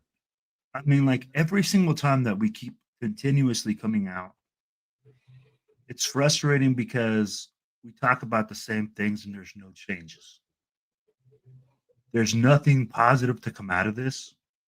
I mean, like, and I try to be a positive person, bro. I've been a Raiders fan a long time. I'd be like, this morning I woke up and I'm like, you know what? As long as we beat the Cowboys, at least I'll be able to talk my shit this week. Right. That went out the window. Yeah, that went out the window. And when I see our defense putting our offense in positions for them to capitalize, and our offense continuously be lethargic, continuously drop back to pass or use play action when they know that the offensive line is struggling, when we can't block anyone. And we continuously keep doing this thing. This is what, people call, what is it? What is it when you continuously do the same thing and expect different results? Insanity. The definition of insanity. So what are we doing? Why is Pete continuously trying to do the same thing? Chip Kelly's trying to do the same thing. We're trying to fit a square key into a round hole. Mm-hmm. So I feel like this is where it's difficult, man. I don't know. And, Predator asked, hey, who steps up? Who comes in and takes the reins? At this point, to keep stability and to keep things going, the only person that I think should take over is PG. PG has been asked about head coaching jobs, and I get it. People are going to say, oh, well, his defense isn't ranked in the top, blah, blah, blah. But guess what? Tell me a year that PG has had a highly rated offense on that team. Yeah. And tell me that the players won't play for him. Yeah, Jeff. I agree. Shout out to our guy, Pro One Raider Jeff in the building. Fuck this game. Facts, bro. God damn, facts, bro. Jesus Christ. This game was just fucking god awful. Fuck, man.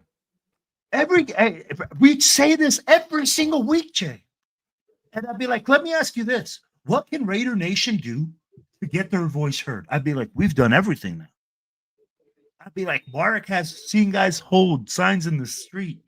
But I think, bro, by this time, there's nothing. I mean, like, I don't even think Raider Nation has any juice left. I don't think there's going to be people going to games, wasting their hard-earned money to go watch this team. Yeah. I'm flying to Houston for the game on the 20th. And I'm going to tell you like this. I'm going to hope for the same thing that I did in the Broncos game when I went to Denver. I just hope we don't get our asses kicked. Tell me how sad that is. Bro, I want my team to win. But I just hope my team doesn't lose and doesn't get their ass whooped. I just hope we don't get our ass whooped, bro. That's kind of how I'm treating the rest of this season. It's like I just hope we don't get our ass whooped. This was another ass whooping. Dude, that's how demoralized we are. Imagine that locker room right now. Oh, yeah. You and I played ball. Bro, you know when your team is winning and that locker room is happy, it's all fucking honky-dory. Mm-hmm. But expect more things to start coming out of this locker room. You know how Adam Butler came out last week and said, hey, defense is standing up, our offense is just isn't getting it together. Yep. Was he lying? Nope. Not at all. But that also goes to the frustration that's in that locker room. 100%. And you cannot when you get games like this where your defense is literally giving opportunities and creating opportunities for you, they're doing a lot of the right things. Now, obviously, giving up 33 is not always the key, but we having a defense out there constantly, and having the holes you have in your secondary, and really asking a lot from your defense. I mean, something's always got to give, but they've done their part where they gave us opportunities and they held us into games, and the fucking our offense is just cheeks. We can't convert in the red zone. We can't. Not touchdowns anyway. We could hit field goals almost all day long, but when it comes to actually putting touchdowns, almost. But when it comes to actually putting touchdowns, nope. Jay, this team is so bad that we literally see Geno Smith saying, "Thank you." Like, did you see the expression on his face when they finally scored a touchdown? Mm-hmm. Like the sense of relief that he finally scored a touchdown was enormous. Oh yeah, and I get that 401 Raider Jeff is saying, "Well, we need to keep some stuff in this house." You definitely got some teammates, fucked up tonight. He's talking about Adam Butler that he needs. Yeah, no, absolutely. But you know what? Now Adam Butler can also be held accountable. Because if I'm a teammate right now, if you messed up, I'm telling you right now, Max Crosby's going berserk in that fucking locker room, bro. Oh, he's going berserk on the sideline, bro. You can see it. You can see it on his face. See on his face he's like, bro, I just gave you guys a fucking layup, and you guys can't fucking do anything with it, but just kick a fucking field goal. Like, come on now. Like, what do I need to do? Like, do I need to fucking score the fucking touchdown for you too? That's basically what. Hey, basically, I'm telling you right now. If I'm PG, I'm telling the defense, don't ever depend on your fucking offense right now. They're like the fucking. They might as well dress up for the other team. Yeah, because they ain't doing you no fucking service. Oh yeah, 100%. I'd be like, hey, so tell me like this, Jay, how much do you get paid at your job? How much do you get paid right now? Like $20 an hour, $40 an hour, something like that, right? Something like in that range. Right. Hey, I'm gonna pay you $6 million to get me 16 points on offense, max. You want to take the job? I'll be like, bro, right now, you could be the offensive coordinator for the Raiders and be more effective. Yep. And I could be the offensive coordinator for the Raiders and be more effective. The inefficiencies that freaking Chip Kelly is showing right now, I'd be like, there's, like I said, bro, offensively, we have no identity. We have coaches disconnected. We have GM, head coach disconnect. Future, current. When to win. We have head coach, offense coordinator disconnect. I want to throw the football 55 times. I want to run the football 55 times. I can play center. Facts, bro. He could. He could. That was pretty bad. Bad performance by Putnam. And for some reason, Putnam was fucking great in practice. I don't give a fuck if he's great in practice. Right. Show me in the motherfucking game, Pete. That did not tell me that dude was good at practice. That's just showing me that he's being, and your offensive line coach is the one that sets this. So I'm going to put it on Brendan Carroll.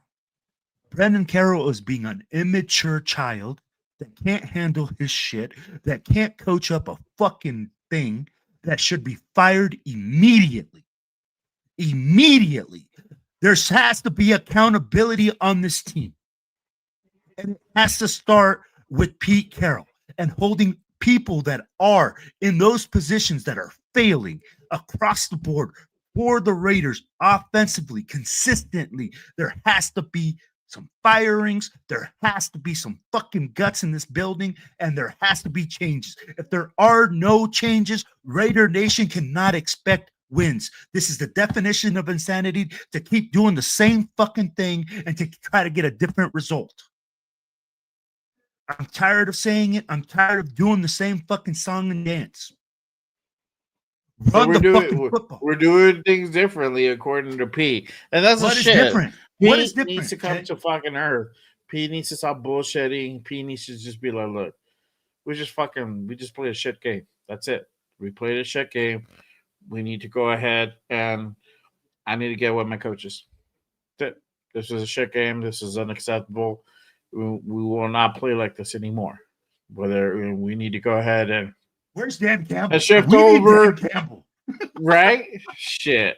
At this point, bro, I think everybody has said everything that could possibly be said to change and try to sway the mind of this man who's just hell bent to just go ahead and just fall on his sword, and that's fine, bro. And I guess that's the type of year we're gonna have, because I don't know how much influence we can have from this end to be able to go ahead and turn the season around, or even make it respectable. At this point, I'm just asking for respectability.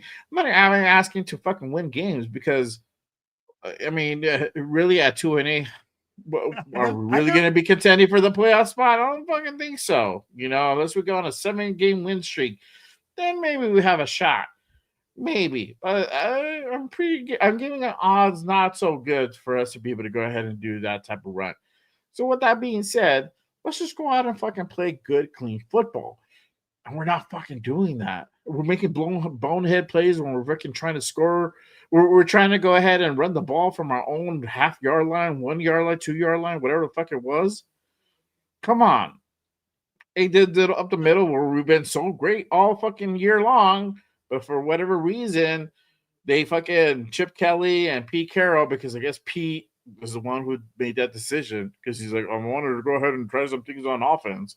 Decided to go ahead and be a smart fucking play to go ahead and run the football out of your own two, right? When fucking Troy Aikman and shit, who hasn't played in fucking years but knows fucking football, is telling everybody in fucking America and all over the world, this is a good time for a play action fake.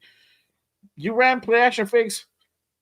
Well, I don't know how many times before that, but no, we're gonna run the ball this time. We're gonna fucking show them. shit like that. Shit like that fucking boils my blood and pulls out and makes me want to fucking just pull out my fucking hair because it's just fucking asinine play calling, asinine thinking. And then you come to fucking tell us like these guys are not ready. These guys haven't showed us in practice, or we haven't had their opportunity. We didn't have the lead to go ahead and run the ball. Wait, Jake. Nothing. Tell me if any of this makes sense. I'd be like, you literally just said we didn't have the lead, so we couldn't run the ball. You run the ball to gain the lead. You throw the ball to play catch up. I get we were behind, but you abandoned the run game in the first quarter. In the first quarter. In the first 3 drives, we ran the football one time. One time. You scored 6 points on 2 drives, one starting at the 12, another one getting into the red zone. What's up, Daddy Bear? Mm-hmm. And then you throw an interception because you're careless and you're stupid. I get, hey, you know what? The guy was open. The guy tipped the ball. But the fucking play calling is horrendous, Jay. I'd be like, we're going back there. Like I said, we don't got Dan Marino. We got motherfucking Geno Smith, the interception machine. And you want to depend on him to get you the win? Come on, man. Come on. I'm gonna address this real quick to Mike's. He says Raider fans probably thought they were gonna be like the Golden Knights and shit. No, bro. We were happy to get our own fucking stadium. That was it. We rather have stayed in Oakland or in LA, but those markets weren't the ones building the fucking stadiums, right? LA wanted us to go ahead and share a stadium with the Chokers. With the Rams. And we weren't about that. And that's why they went to Vegas, because Vegas was the only place that would allow them to go ahead and build the stadium, and the only place that the owners would approve. The owners denied a vote for the Raiders to go ahead and build their own stadium in LA because they wanted to go back to LA. I'm like, cool, we'll go get the capital. We'll go ahead and build our own shit wherever the fuck it is. We'll build it. We'll flip the bill for ourselves. Owner said no. So it's not trying to be the Golden Knights. We're just trying to go ahead and be great again, bro, in our own fucking right. So, whatever. But that goes to show that what you know, bro. Yes, sir. This is there you go. See, we still there you go. That spirit right. would never. And Jay, no, he's right. We continuously continue to lose, just like we did in Oakland. Oh yeah. Wifey said like, oh, they were, they once they came to Vegas started losing. No, we were still losing. We were losing in Oakland. We were still losing in Oakland, and it was just 2016 was literally the only year, aside from the early 2000s when we made the playoffs and the Super Bowl run, where we were good. The time between 2003 and 2016. That's a long fucking time. That's over that's 13 years. 13 years. And now from 2017 to now? That's another almost 10. That's going on 8 now? But we made the playoffs just as many times.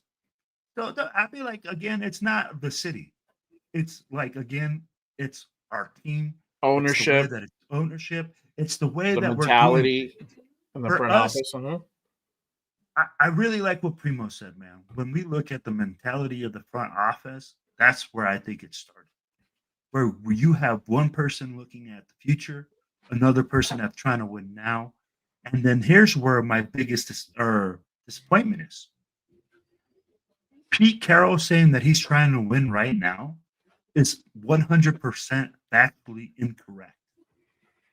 Pete, you are trying to do everything to lose. And you can't convince me otherwise. You run the football. For what purpose? I don't know. Because, and this is the thing, are we going to really draft a quarterback that if we get into the top 3, top 4, are we really going to go out and draft a quarterback? Are we going to go ahead and put our hands in and developing a young quarterback with Pete?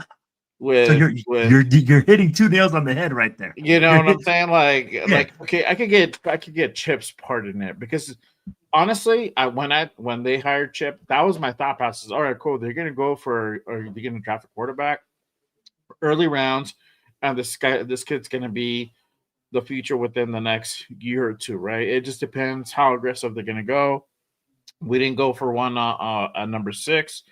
Cool. Maybe they're going to take a flyer on Dart. They'll trade back. They'll trade back into the first somehow, whatever, and they'll make it a priority for all the Shador lovers, and I'm one of them, for sure. We had the opportunity to go ahead and draft Shador for 5 fucking rounds, and we didn't do shit, right? And we even went even to the fact that we traded our 5th round pick for Kenny fucking Pickett. And we could have got who we're not using. Again, we could have got a fucking Shador Sanders. We again walked on that one. Besides that, we're good on that, right? And but the point is that when we hired Chip, I thought that was the direction we're going. We didn't. We went in and got a kid out in the 6th round who's on the practice squad, who's been chilling, who had like half a decent quarter in preseason, and that was it. And then he played that Arizona game, that Cardinal game, for like 3 quarters, and all they didn't let him go ahead and really, go downfield. They made him just go ahead and run the ball. That's when we ran the ball. Do you remember that game? Yeah. Yeah. Were you there at the game? Did you go to that game? To the Cardinal game? That preseason? No, I wasn't there for the preseason. Fucking run. Everything. Yeah. We ran so much, it was crazy, bro. I was like, okay, cool. But we still lost the fucking game, but we ran a lot. And it's funny. Just like the Raiders used up all their offensive groove for 63 points with the San Diego Chargers that last year that we put up 63. We used up all our running juice versus the Cardinals, because I ain't seen it since, bro. Tell me that you've seen our running. I haven't seen us run the football since. And I'm going to tell you something, Jay. I'm like, I don't even know anymore what to say, what to do, what to think, what to even like really fucking think about Chip Kelly, right? You're telling me, hey, we can use him as an offensive developer, but he hasn't shown me anything this season. At this point, bro, I don't want to use him for anything. Yeah, and that's where I'm like, unless somebody's going to tell me, unless it's like, okay, let's say, for example, sometime this week, for a fucking miracle, Pete gets canned, and they go to tell us, well, Pete's the one that literally had the whole fucking front office on a vice grip, and he wouldn't fucking let anybody do anything. And then next thing you know, Chip goes and balls out and fucking hits like 30 plus points. Offense looks fucking dynamic. That I'll be like, all right, cool. Then it was fucking Pete who was over here like thinking he was back in 2015, back in like early 2000s at SC, thinking he could fucking just I love you, Jay. It's gonna work, right? I love you, Jay, but I'm gonna tell you like this. But I think it's not. I think Chip is. Yeah, bro. I don't think Chip is it. I don't think it's Chip. I think Chip is that nice fancy Ferrari, bro, that you keep in the garage, and that you might take for a spin every now and then. But really, once that motherfucker breaks down, you ain't gonna, unless you can fucking really keep up the maintenance. College football coach. You ain't never gonna fucking run that fucking car. Chip is a college football coach. No. Chip is not an NFL coordinator.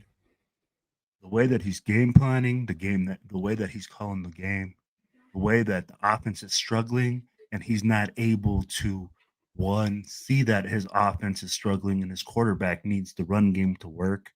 Two, he's not holding his offensive line coach or anybody else accountable. This right there shows me that Chip Kelly is not an NFL quality coach.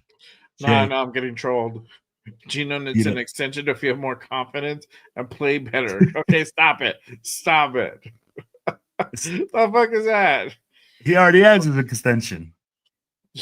And I'm going to tell you like this: don't be surprised if you see Geno Smith next year. Don't be surprised if you see Geno Smith starting for the Raiders next year. Oh yeah, I would not be surprised at all. And at all. Pete's here, Geno's here. You asked. That's how it goes. You asked about quarterback development, and you clearly stated it, and you're absolutely correct that this team has so many different holes. There's so many different issues. We need so much help that if we were to draft a quarterback in the first round, and this team was to put that quarterback out as the starting quarterback, I don't think this offensive coordinator or this head coach could develop a quarterback to the point where he would be confident in the way that he's operating, and then it would literally devastate the quarterback's confidence. Mm-hmm. So at the end of the day, I wouldn't take that route. Not with these guys. Mm-hmm. I'm sorry to say it. I think I was a big Pete Carroll guy. I think we made a mistake. I think we hired the wrong guy. I think hiring Chip Kelly was a thing where we tried to hire a guy that was like nice and pretty and try to do the Kingsbury thing. But we should have realized that Kingsbury had already taken head coaching job at the professional level, had learned his licks through mistakes at the professional level. And that's what we were paying for last year. Chip Kelly has nothing, no resume like that to say, hey, at the NFL level, that he was creative enough. So at the end of the day, man, I think we need to draft a whole lot of things: offensive line, defensive line, corners. Other than that, and I mean, and I know that we're going to put a big president on the quarterback, but we're not even ready for that. I'm sorry, Raider Nation. I love y'all, man, but this team, this coaching staff, I don't see them turning anything around this year or next year. Yeah. Really quick, appreciate everyone. Salute to 100 people in the building. If you guys, again, haven't done so, make sure you guys hit that like and subscribe button on this channel. Oh, my God. And you're famous, bro. I'm not famous. Hey, guys, I'm next to the world famous Jay Raider right here. No, bro, ain't nobody famous. I'm gonna take his line. Hey, I want you guys to click that like and subscribe button on my man Jay Raider's page over there. To see that one right there. Hey, and since he's monetized, why don't you send him a couple pennies? Because he's dealing with all this stress. He needs the survey. Oh yeah, bro. Money. I had to get, you already know, bro. I had to get Medicaid before this motherfucker because I was already about to burst it. It was the presser, bro, because I was chill. And then I heard the presser pee. I'm like, I'm going to see what the fuck these fuckers say. Oh, man, that shit fucking boil my blood. Boil my blood. I was dude, when you, at first, when you were like, well, you guys got to listen to it, I thought about it. I was like, it can't be that bad. And you know what? It doesn't sound bad, but it's bad because one, like you said, simple questions couldn't be answered. I'd be like, questions were being answered, and he was very defensive. And that's the thing. Like, why is Pete so defensive? So how would you have answered that, Jay? If they asked you, hey, with our offense being so anemic, and now it's anemic this year, what's being done to be held accountable, or what was the whole question? Sorry, I can't remember the whole question. What I had said? Yeah. Well, how would you respond? Well, I'm not Pete, bro. I'm not Pete because I would have fucking done. I would not have done what Pete has done. But right? So let me ask. That's why I'm asking. So what do you like? How would you have answered that question? I don't think I'm gonna answer that question because I wouldn't be Pete. But I guess if I had to put it, this is hard because I have to like slow my brain down to fucking like try to like comprehend and try to like picture what Pete's mentality is for for the decisions that he's made, and say like, well, what may led to my decision on benching, not starting or not dressing Caleb Rogers, and why this offense is so fucking anemic, looking like last year. It- it's just me thinking I know better, me thinking that I'm gonna go ahead and rest on my accolades and rest on my experience and thinking like the game doesn't evolve, thinking the game is the same game that I played 10 years ago, where if you were anywhere a bit aware of how football progresses, football changes every year.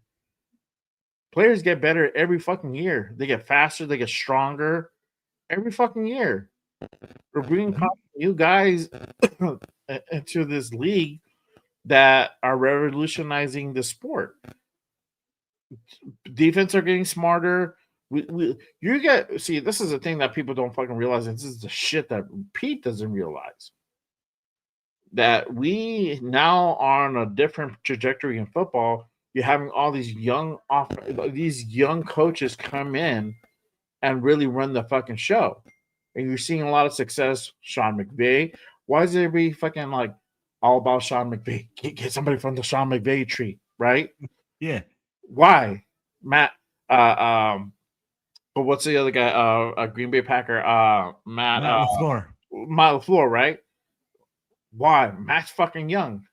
Mike McDonald. Mike McDonald, uh, up until this point, has had success in Miami.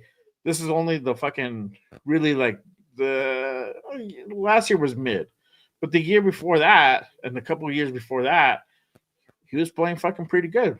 Dolphins were fucking good. Everybody wants like, you have guys bringing up Joe Brady. Let's get Joe Brady next, right? Why? Because these guys are on the fucking cutting edge of the fucking game. That's why. Because these guys are revolutionizing the sport. These guys are coming up with shit that nobody has thought of, or shit that is working at a high level. These guys are constantly raising the bar. And that's the thing that Pete does not understand. He's not raising the fucking bar. He's just trying to catch up to the bar. And that's not a mentality, and that's not a way you can go ahead and try to operate and think you can go ahead and be a winning team. If you're trying to catch up to the bar, you need to be at the bar already and raise it and set the fucking standard. They're not doing that. With this team, the way that this team shaped out, it was always going to be a rough fucking like. We were all like, oh well, let's see what happens, because we didn't want to face the fact that this team does not quite look that fucking good. Me, Rundown, Jeff, Leo, a lot of us guys say, I don't know about this fucking team. I don't think it's going to be what you fucking think it's going to be. And we were right. We've been right. We're actually, my bad. We're wrong. It's actually worse than what it is. Because I called like, okay, bottom tier, we're going to be like 7 and 10. That was my floor. And we're going to come way the fuck under that. We're probably going to be 4 and 13 if we're lucky. We could probably be 4 and 13 again. If we're lucky, we play, get our shit together. So why did we get rid of Antonio Pierce? It's not about you want to get into the Antonio Pierce subject? No. Like, I don't. That's a whole other fucking show. That's a whole other show. No, but I'd be like, no, at 4 and 13, if you brought in Pete Carroll to be a better team, right? No, and this is a legitimate question, right? You said, hey, we're gonna bring him in to have a better team. You had the number 6 pick, you had all these draft picks, but yet you end up in the same place. Yeah. I'd be like, and I get that, and I'm gonna tell you like this. Tom Telesco while he didn't have the perfect draft, he had a better draft than we did because at this point we're using the players that he drafted more than we use the players that Pete has drafted. I'd be like, we talked about it, Jack Besh. Okay, you want to? Let me answer your question. Why did we get rid of AP? In part, Rosen is right. He never had his QB. Pete did, and AP had 4 wins. Okay, this is the thing. I was one of those guys voicing that he should get another year, right? Whatever. Mark listened to the court of public opinion and decided to go ahead and roll the dice this time on this rookie head coach who's never really coached before, aside from linebackers, right? And gave him a shot to go ahead and take over the team for a year, right? And having just above a 500 result the interim year, which is not a whole lot.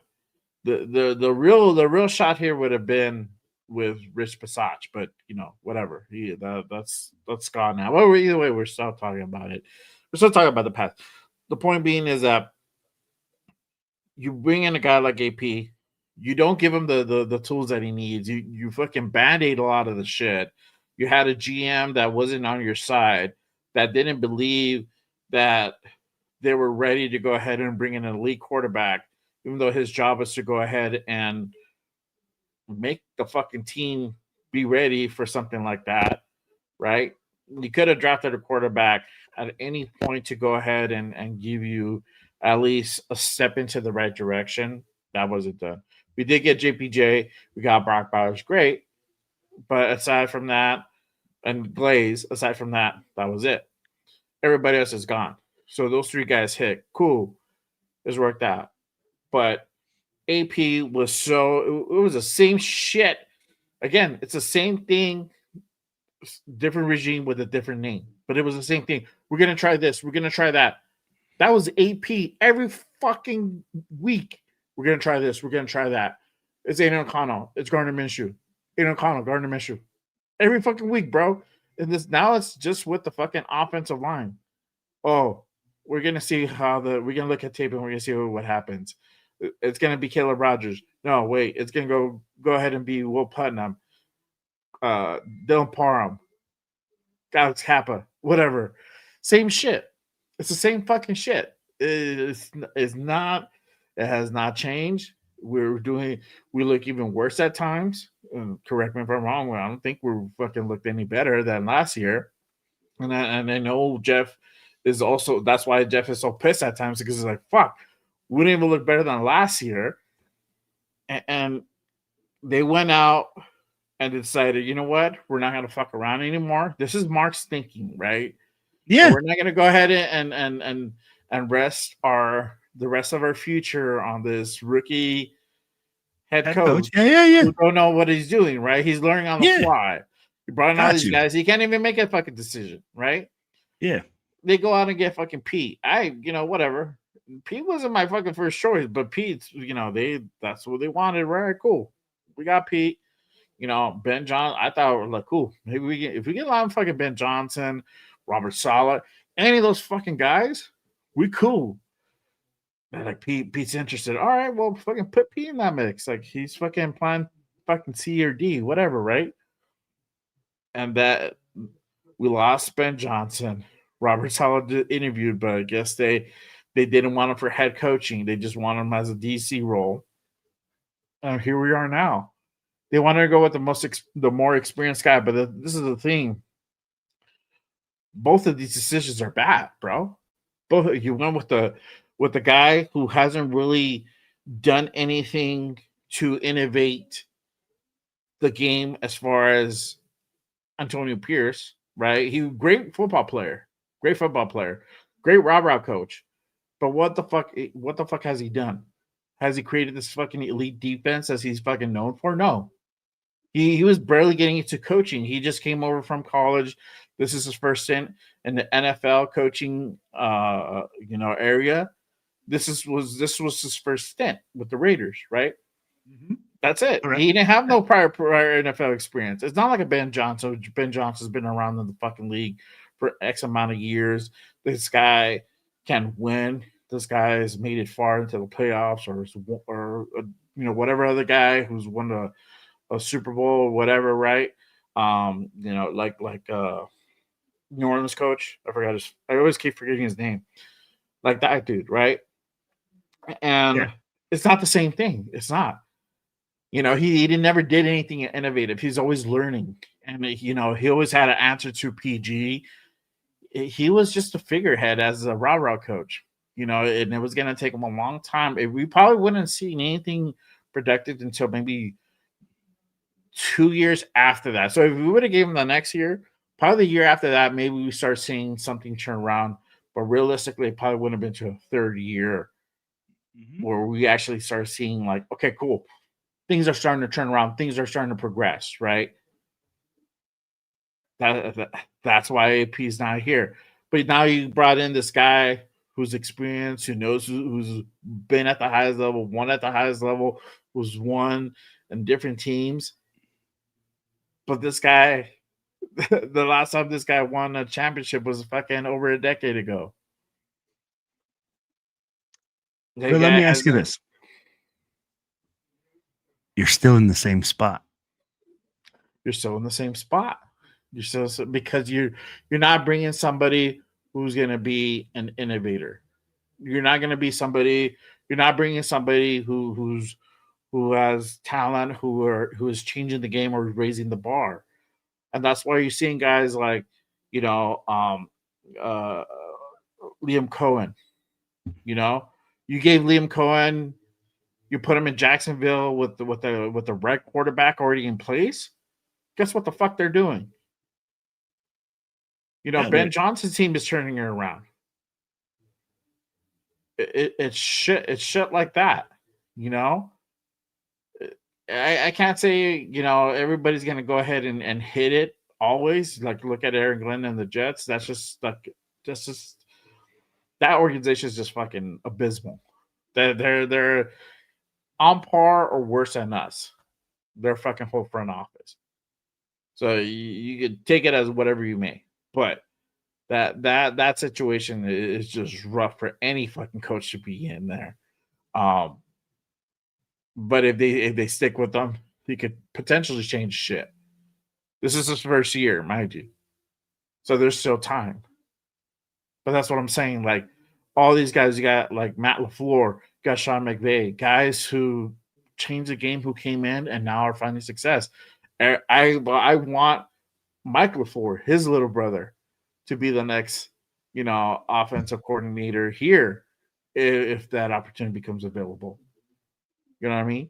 So it's shit like that because there's shit that says that this guy could be a head coach one day. You need to give him the reins. You need to give him the opportunity to start him off at least at some place. Be that offensive coordinator to go ahead and make those play calls. But that's the nutshell. That's the answer. But then why did we hire Pete Carroll? I told you. But Pete Carroll's a defensive-minded coach. But who wants to come here and coach? No, who wants to come here and 100%. I get what you're saying, but coach. So be honest with you. Be honest with me. Who wants to come here and coach? Because nobody didn't fucking want to come here and coach. No, nobody. He's like, guys are. What are you guys gonna do for quarterback situation? You guys don't have a quarterback. All right, cool. I have to rebuild my whole staff. Okay, that's fine. But you guys come from a dog shit year. You guys have number 6 pick. Like, who you guys have in mind for your GM and it's shit like that. And he knows the track record of this fucking organization and how we do away with coaches. Why the fuck would he want to come coach here, bro? I get what you go get what you got. You get what you can. Let me put it like this. You can't coach a team without a head coach. But let me put it like this. We put Pete Carroll in a better position than we put AP. AP didn't have a high quality offensive coordinator. We didn't have somebody that can make those play calls. Supposedly, Chip Kelly was brought here for those facts, correct? Yeah. To rectify our offense, to make our offense high-powered, to get us to score points. Again, we continuously keep doing the same thing. We continuously to throw the ball. We continuously to struggle on offense, no matter whether it's Luke Getsy, Josh McDaniels, fucking what's his name now? I don't even know his. I can't remember. Chip Kelly. I mean, like, you're dude, tired. You're tired. See, there you go. You're tired. You can't even think straight. That's how the Raiders got it's you. Bad, bro. It's bad. I know. We're gonna wrap it up with this. We're gonna go ahead and wrap it up with this. Mind you, you asked for this poll earlier that I put up. So you asked, do you fire Chip Kelly and Pete tonight? So let me kind of calculate it, but it's basically, I think it's like about 80% say yes, and about like 20% say no if I want to round it out. But I'll give you the exact totals because I have two polls going on. We're gonna end the season like this. The vertical one says 68% say yes, they should fire Pete and Chip tonight. 32% say no. On the horizontal stream, it's 83% say yes, 17% say no, with 6 votes cast for the horizontal and 44 for the vertical. So there you go. Wow. Hey, look at that participation. Hey, I want to thank my boy, the famous Jay Raider over here at Just Raiders, baby. Make sure you click that like, subscribe button. And Raider Nation, on. I want you to buckle. I want you to buckle up right now. And this is the way we're going to end up the season, baby. Get in uniform. Make sure that you wear this to the game, to your watch parties. And I want you to send this out to the Raiders and let them know how they're making you feel. Yeah. I know. I'm going to go fucking be Oscar the Grouch and live in the trash can, bro, for the rest of the season. Pop my head out every so often. I'm going to be partying like this for Raider Nation. Let's go. Let's go, Raiders. Let's go. But again, appreciate you guys pulling up, rocking with us. Over 100 in the building. Salute to you guys again. If you guys haven't done so already, hit that subscribe button, smash that subscribe button. What are you guys waiting for? On both channels, on mine, Just Raiders, baby, my guy, Silver and Black Radio Podcast. Hit that like. It does help to go ahead and get the show out into the algorithm, the YouTube universe. For everybody on X who is rocking with me as well, 55 strong over there. Make sure you guys hit that follow button on my profile. Trying to go that platform as well. So appreciate you guys. Love you guys. Salute to everybody. This was therapy. I hope you guys got some relief today, man, because it was a fucking rough one out in Vegas. Monday night, man. I hate these fucking national games because we always play like dog shit. But hey, it is what it is. Raiders. Tell the good folks out in YouTube and Xland. What do you have going on? What do you have going up? Upcoming shows. What do you have? Anything going on? Where can they find you at? All right, baby. So the shows that we're going to have coming up next is going to be the Most Notorious Podcast tomorrow night. You're going to meet my boy 401 Raider Jeff. We got our boy Cheeto Linus and our boy James Bingham. Then we're also going to have our boy Philly from Philly coming on. So make sure that you guys lock in so that way you guys know everything that's happening at that tailgate. Then after that, we're going to have the Silver and Black Radio Podcast on Thursdays. And then on Fridays, I do the Meet the Nation podcast where I bring all you guys as Raiders fans onto the show and do a little interview one-on-one. And after that, if you guys get a chance, make sure that you guys catch me for the post game if Jay Raider ever brings me back, because he's too famous for this guy. So click that like, share, subscribe button. Salute, family. Oh, man. Crazy, bro. Man, oh, man. Hey.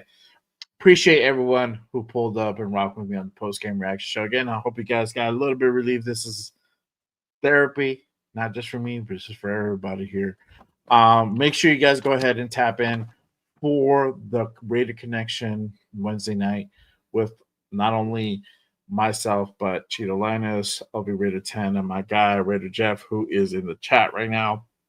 Make sure you guys go ahead and hit the subscribe on all those channels.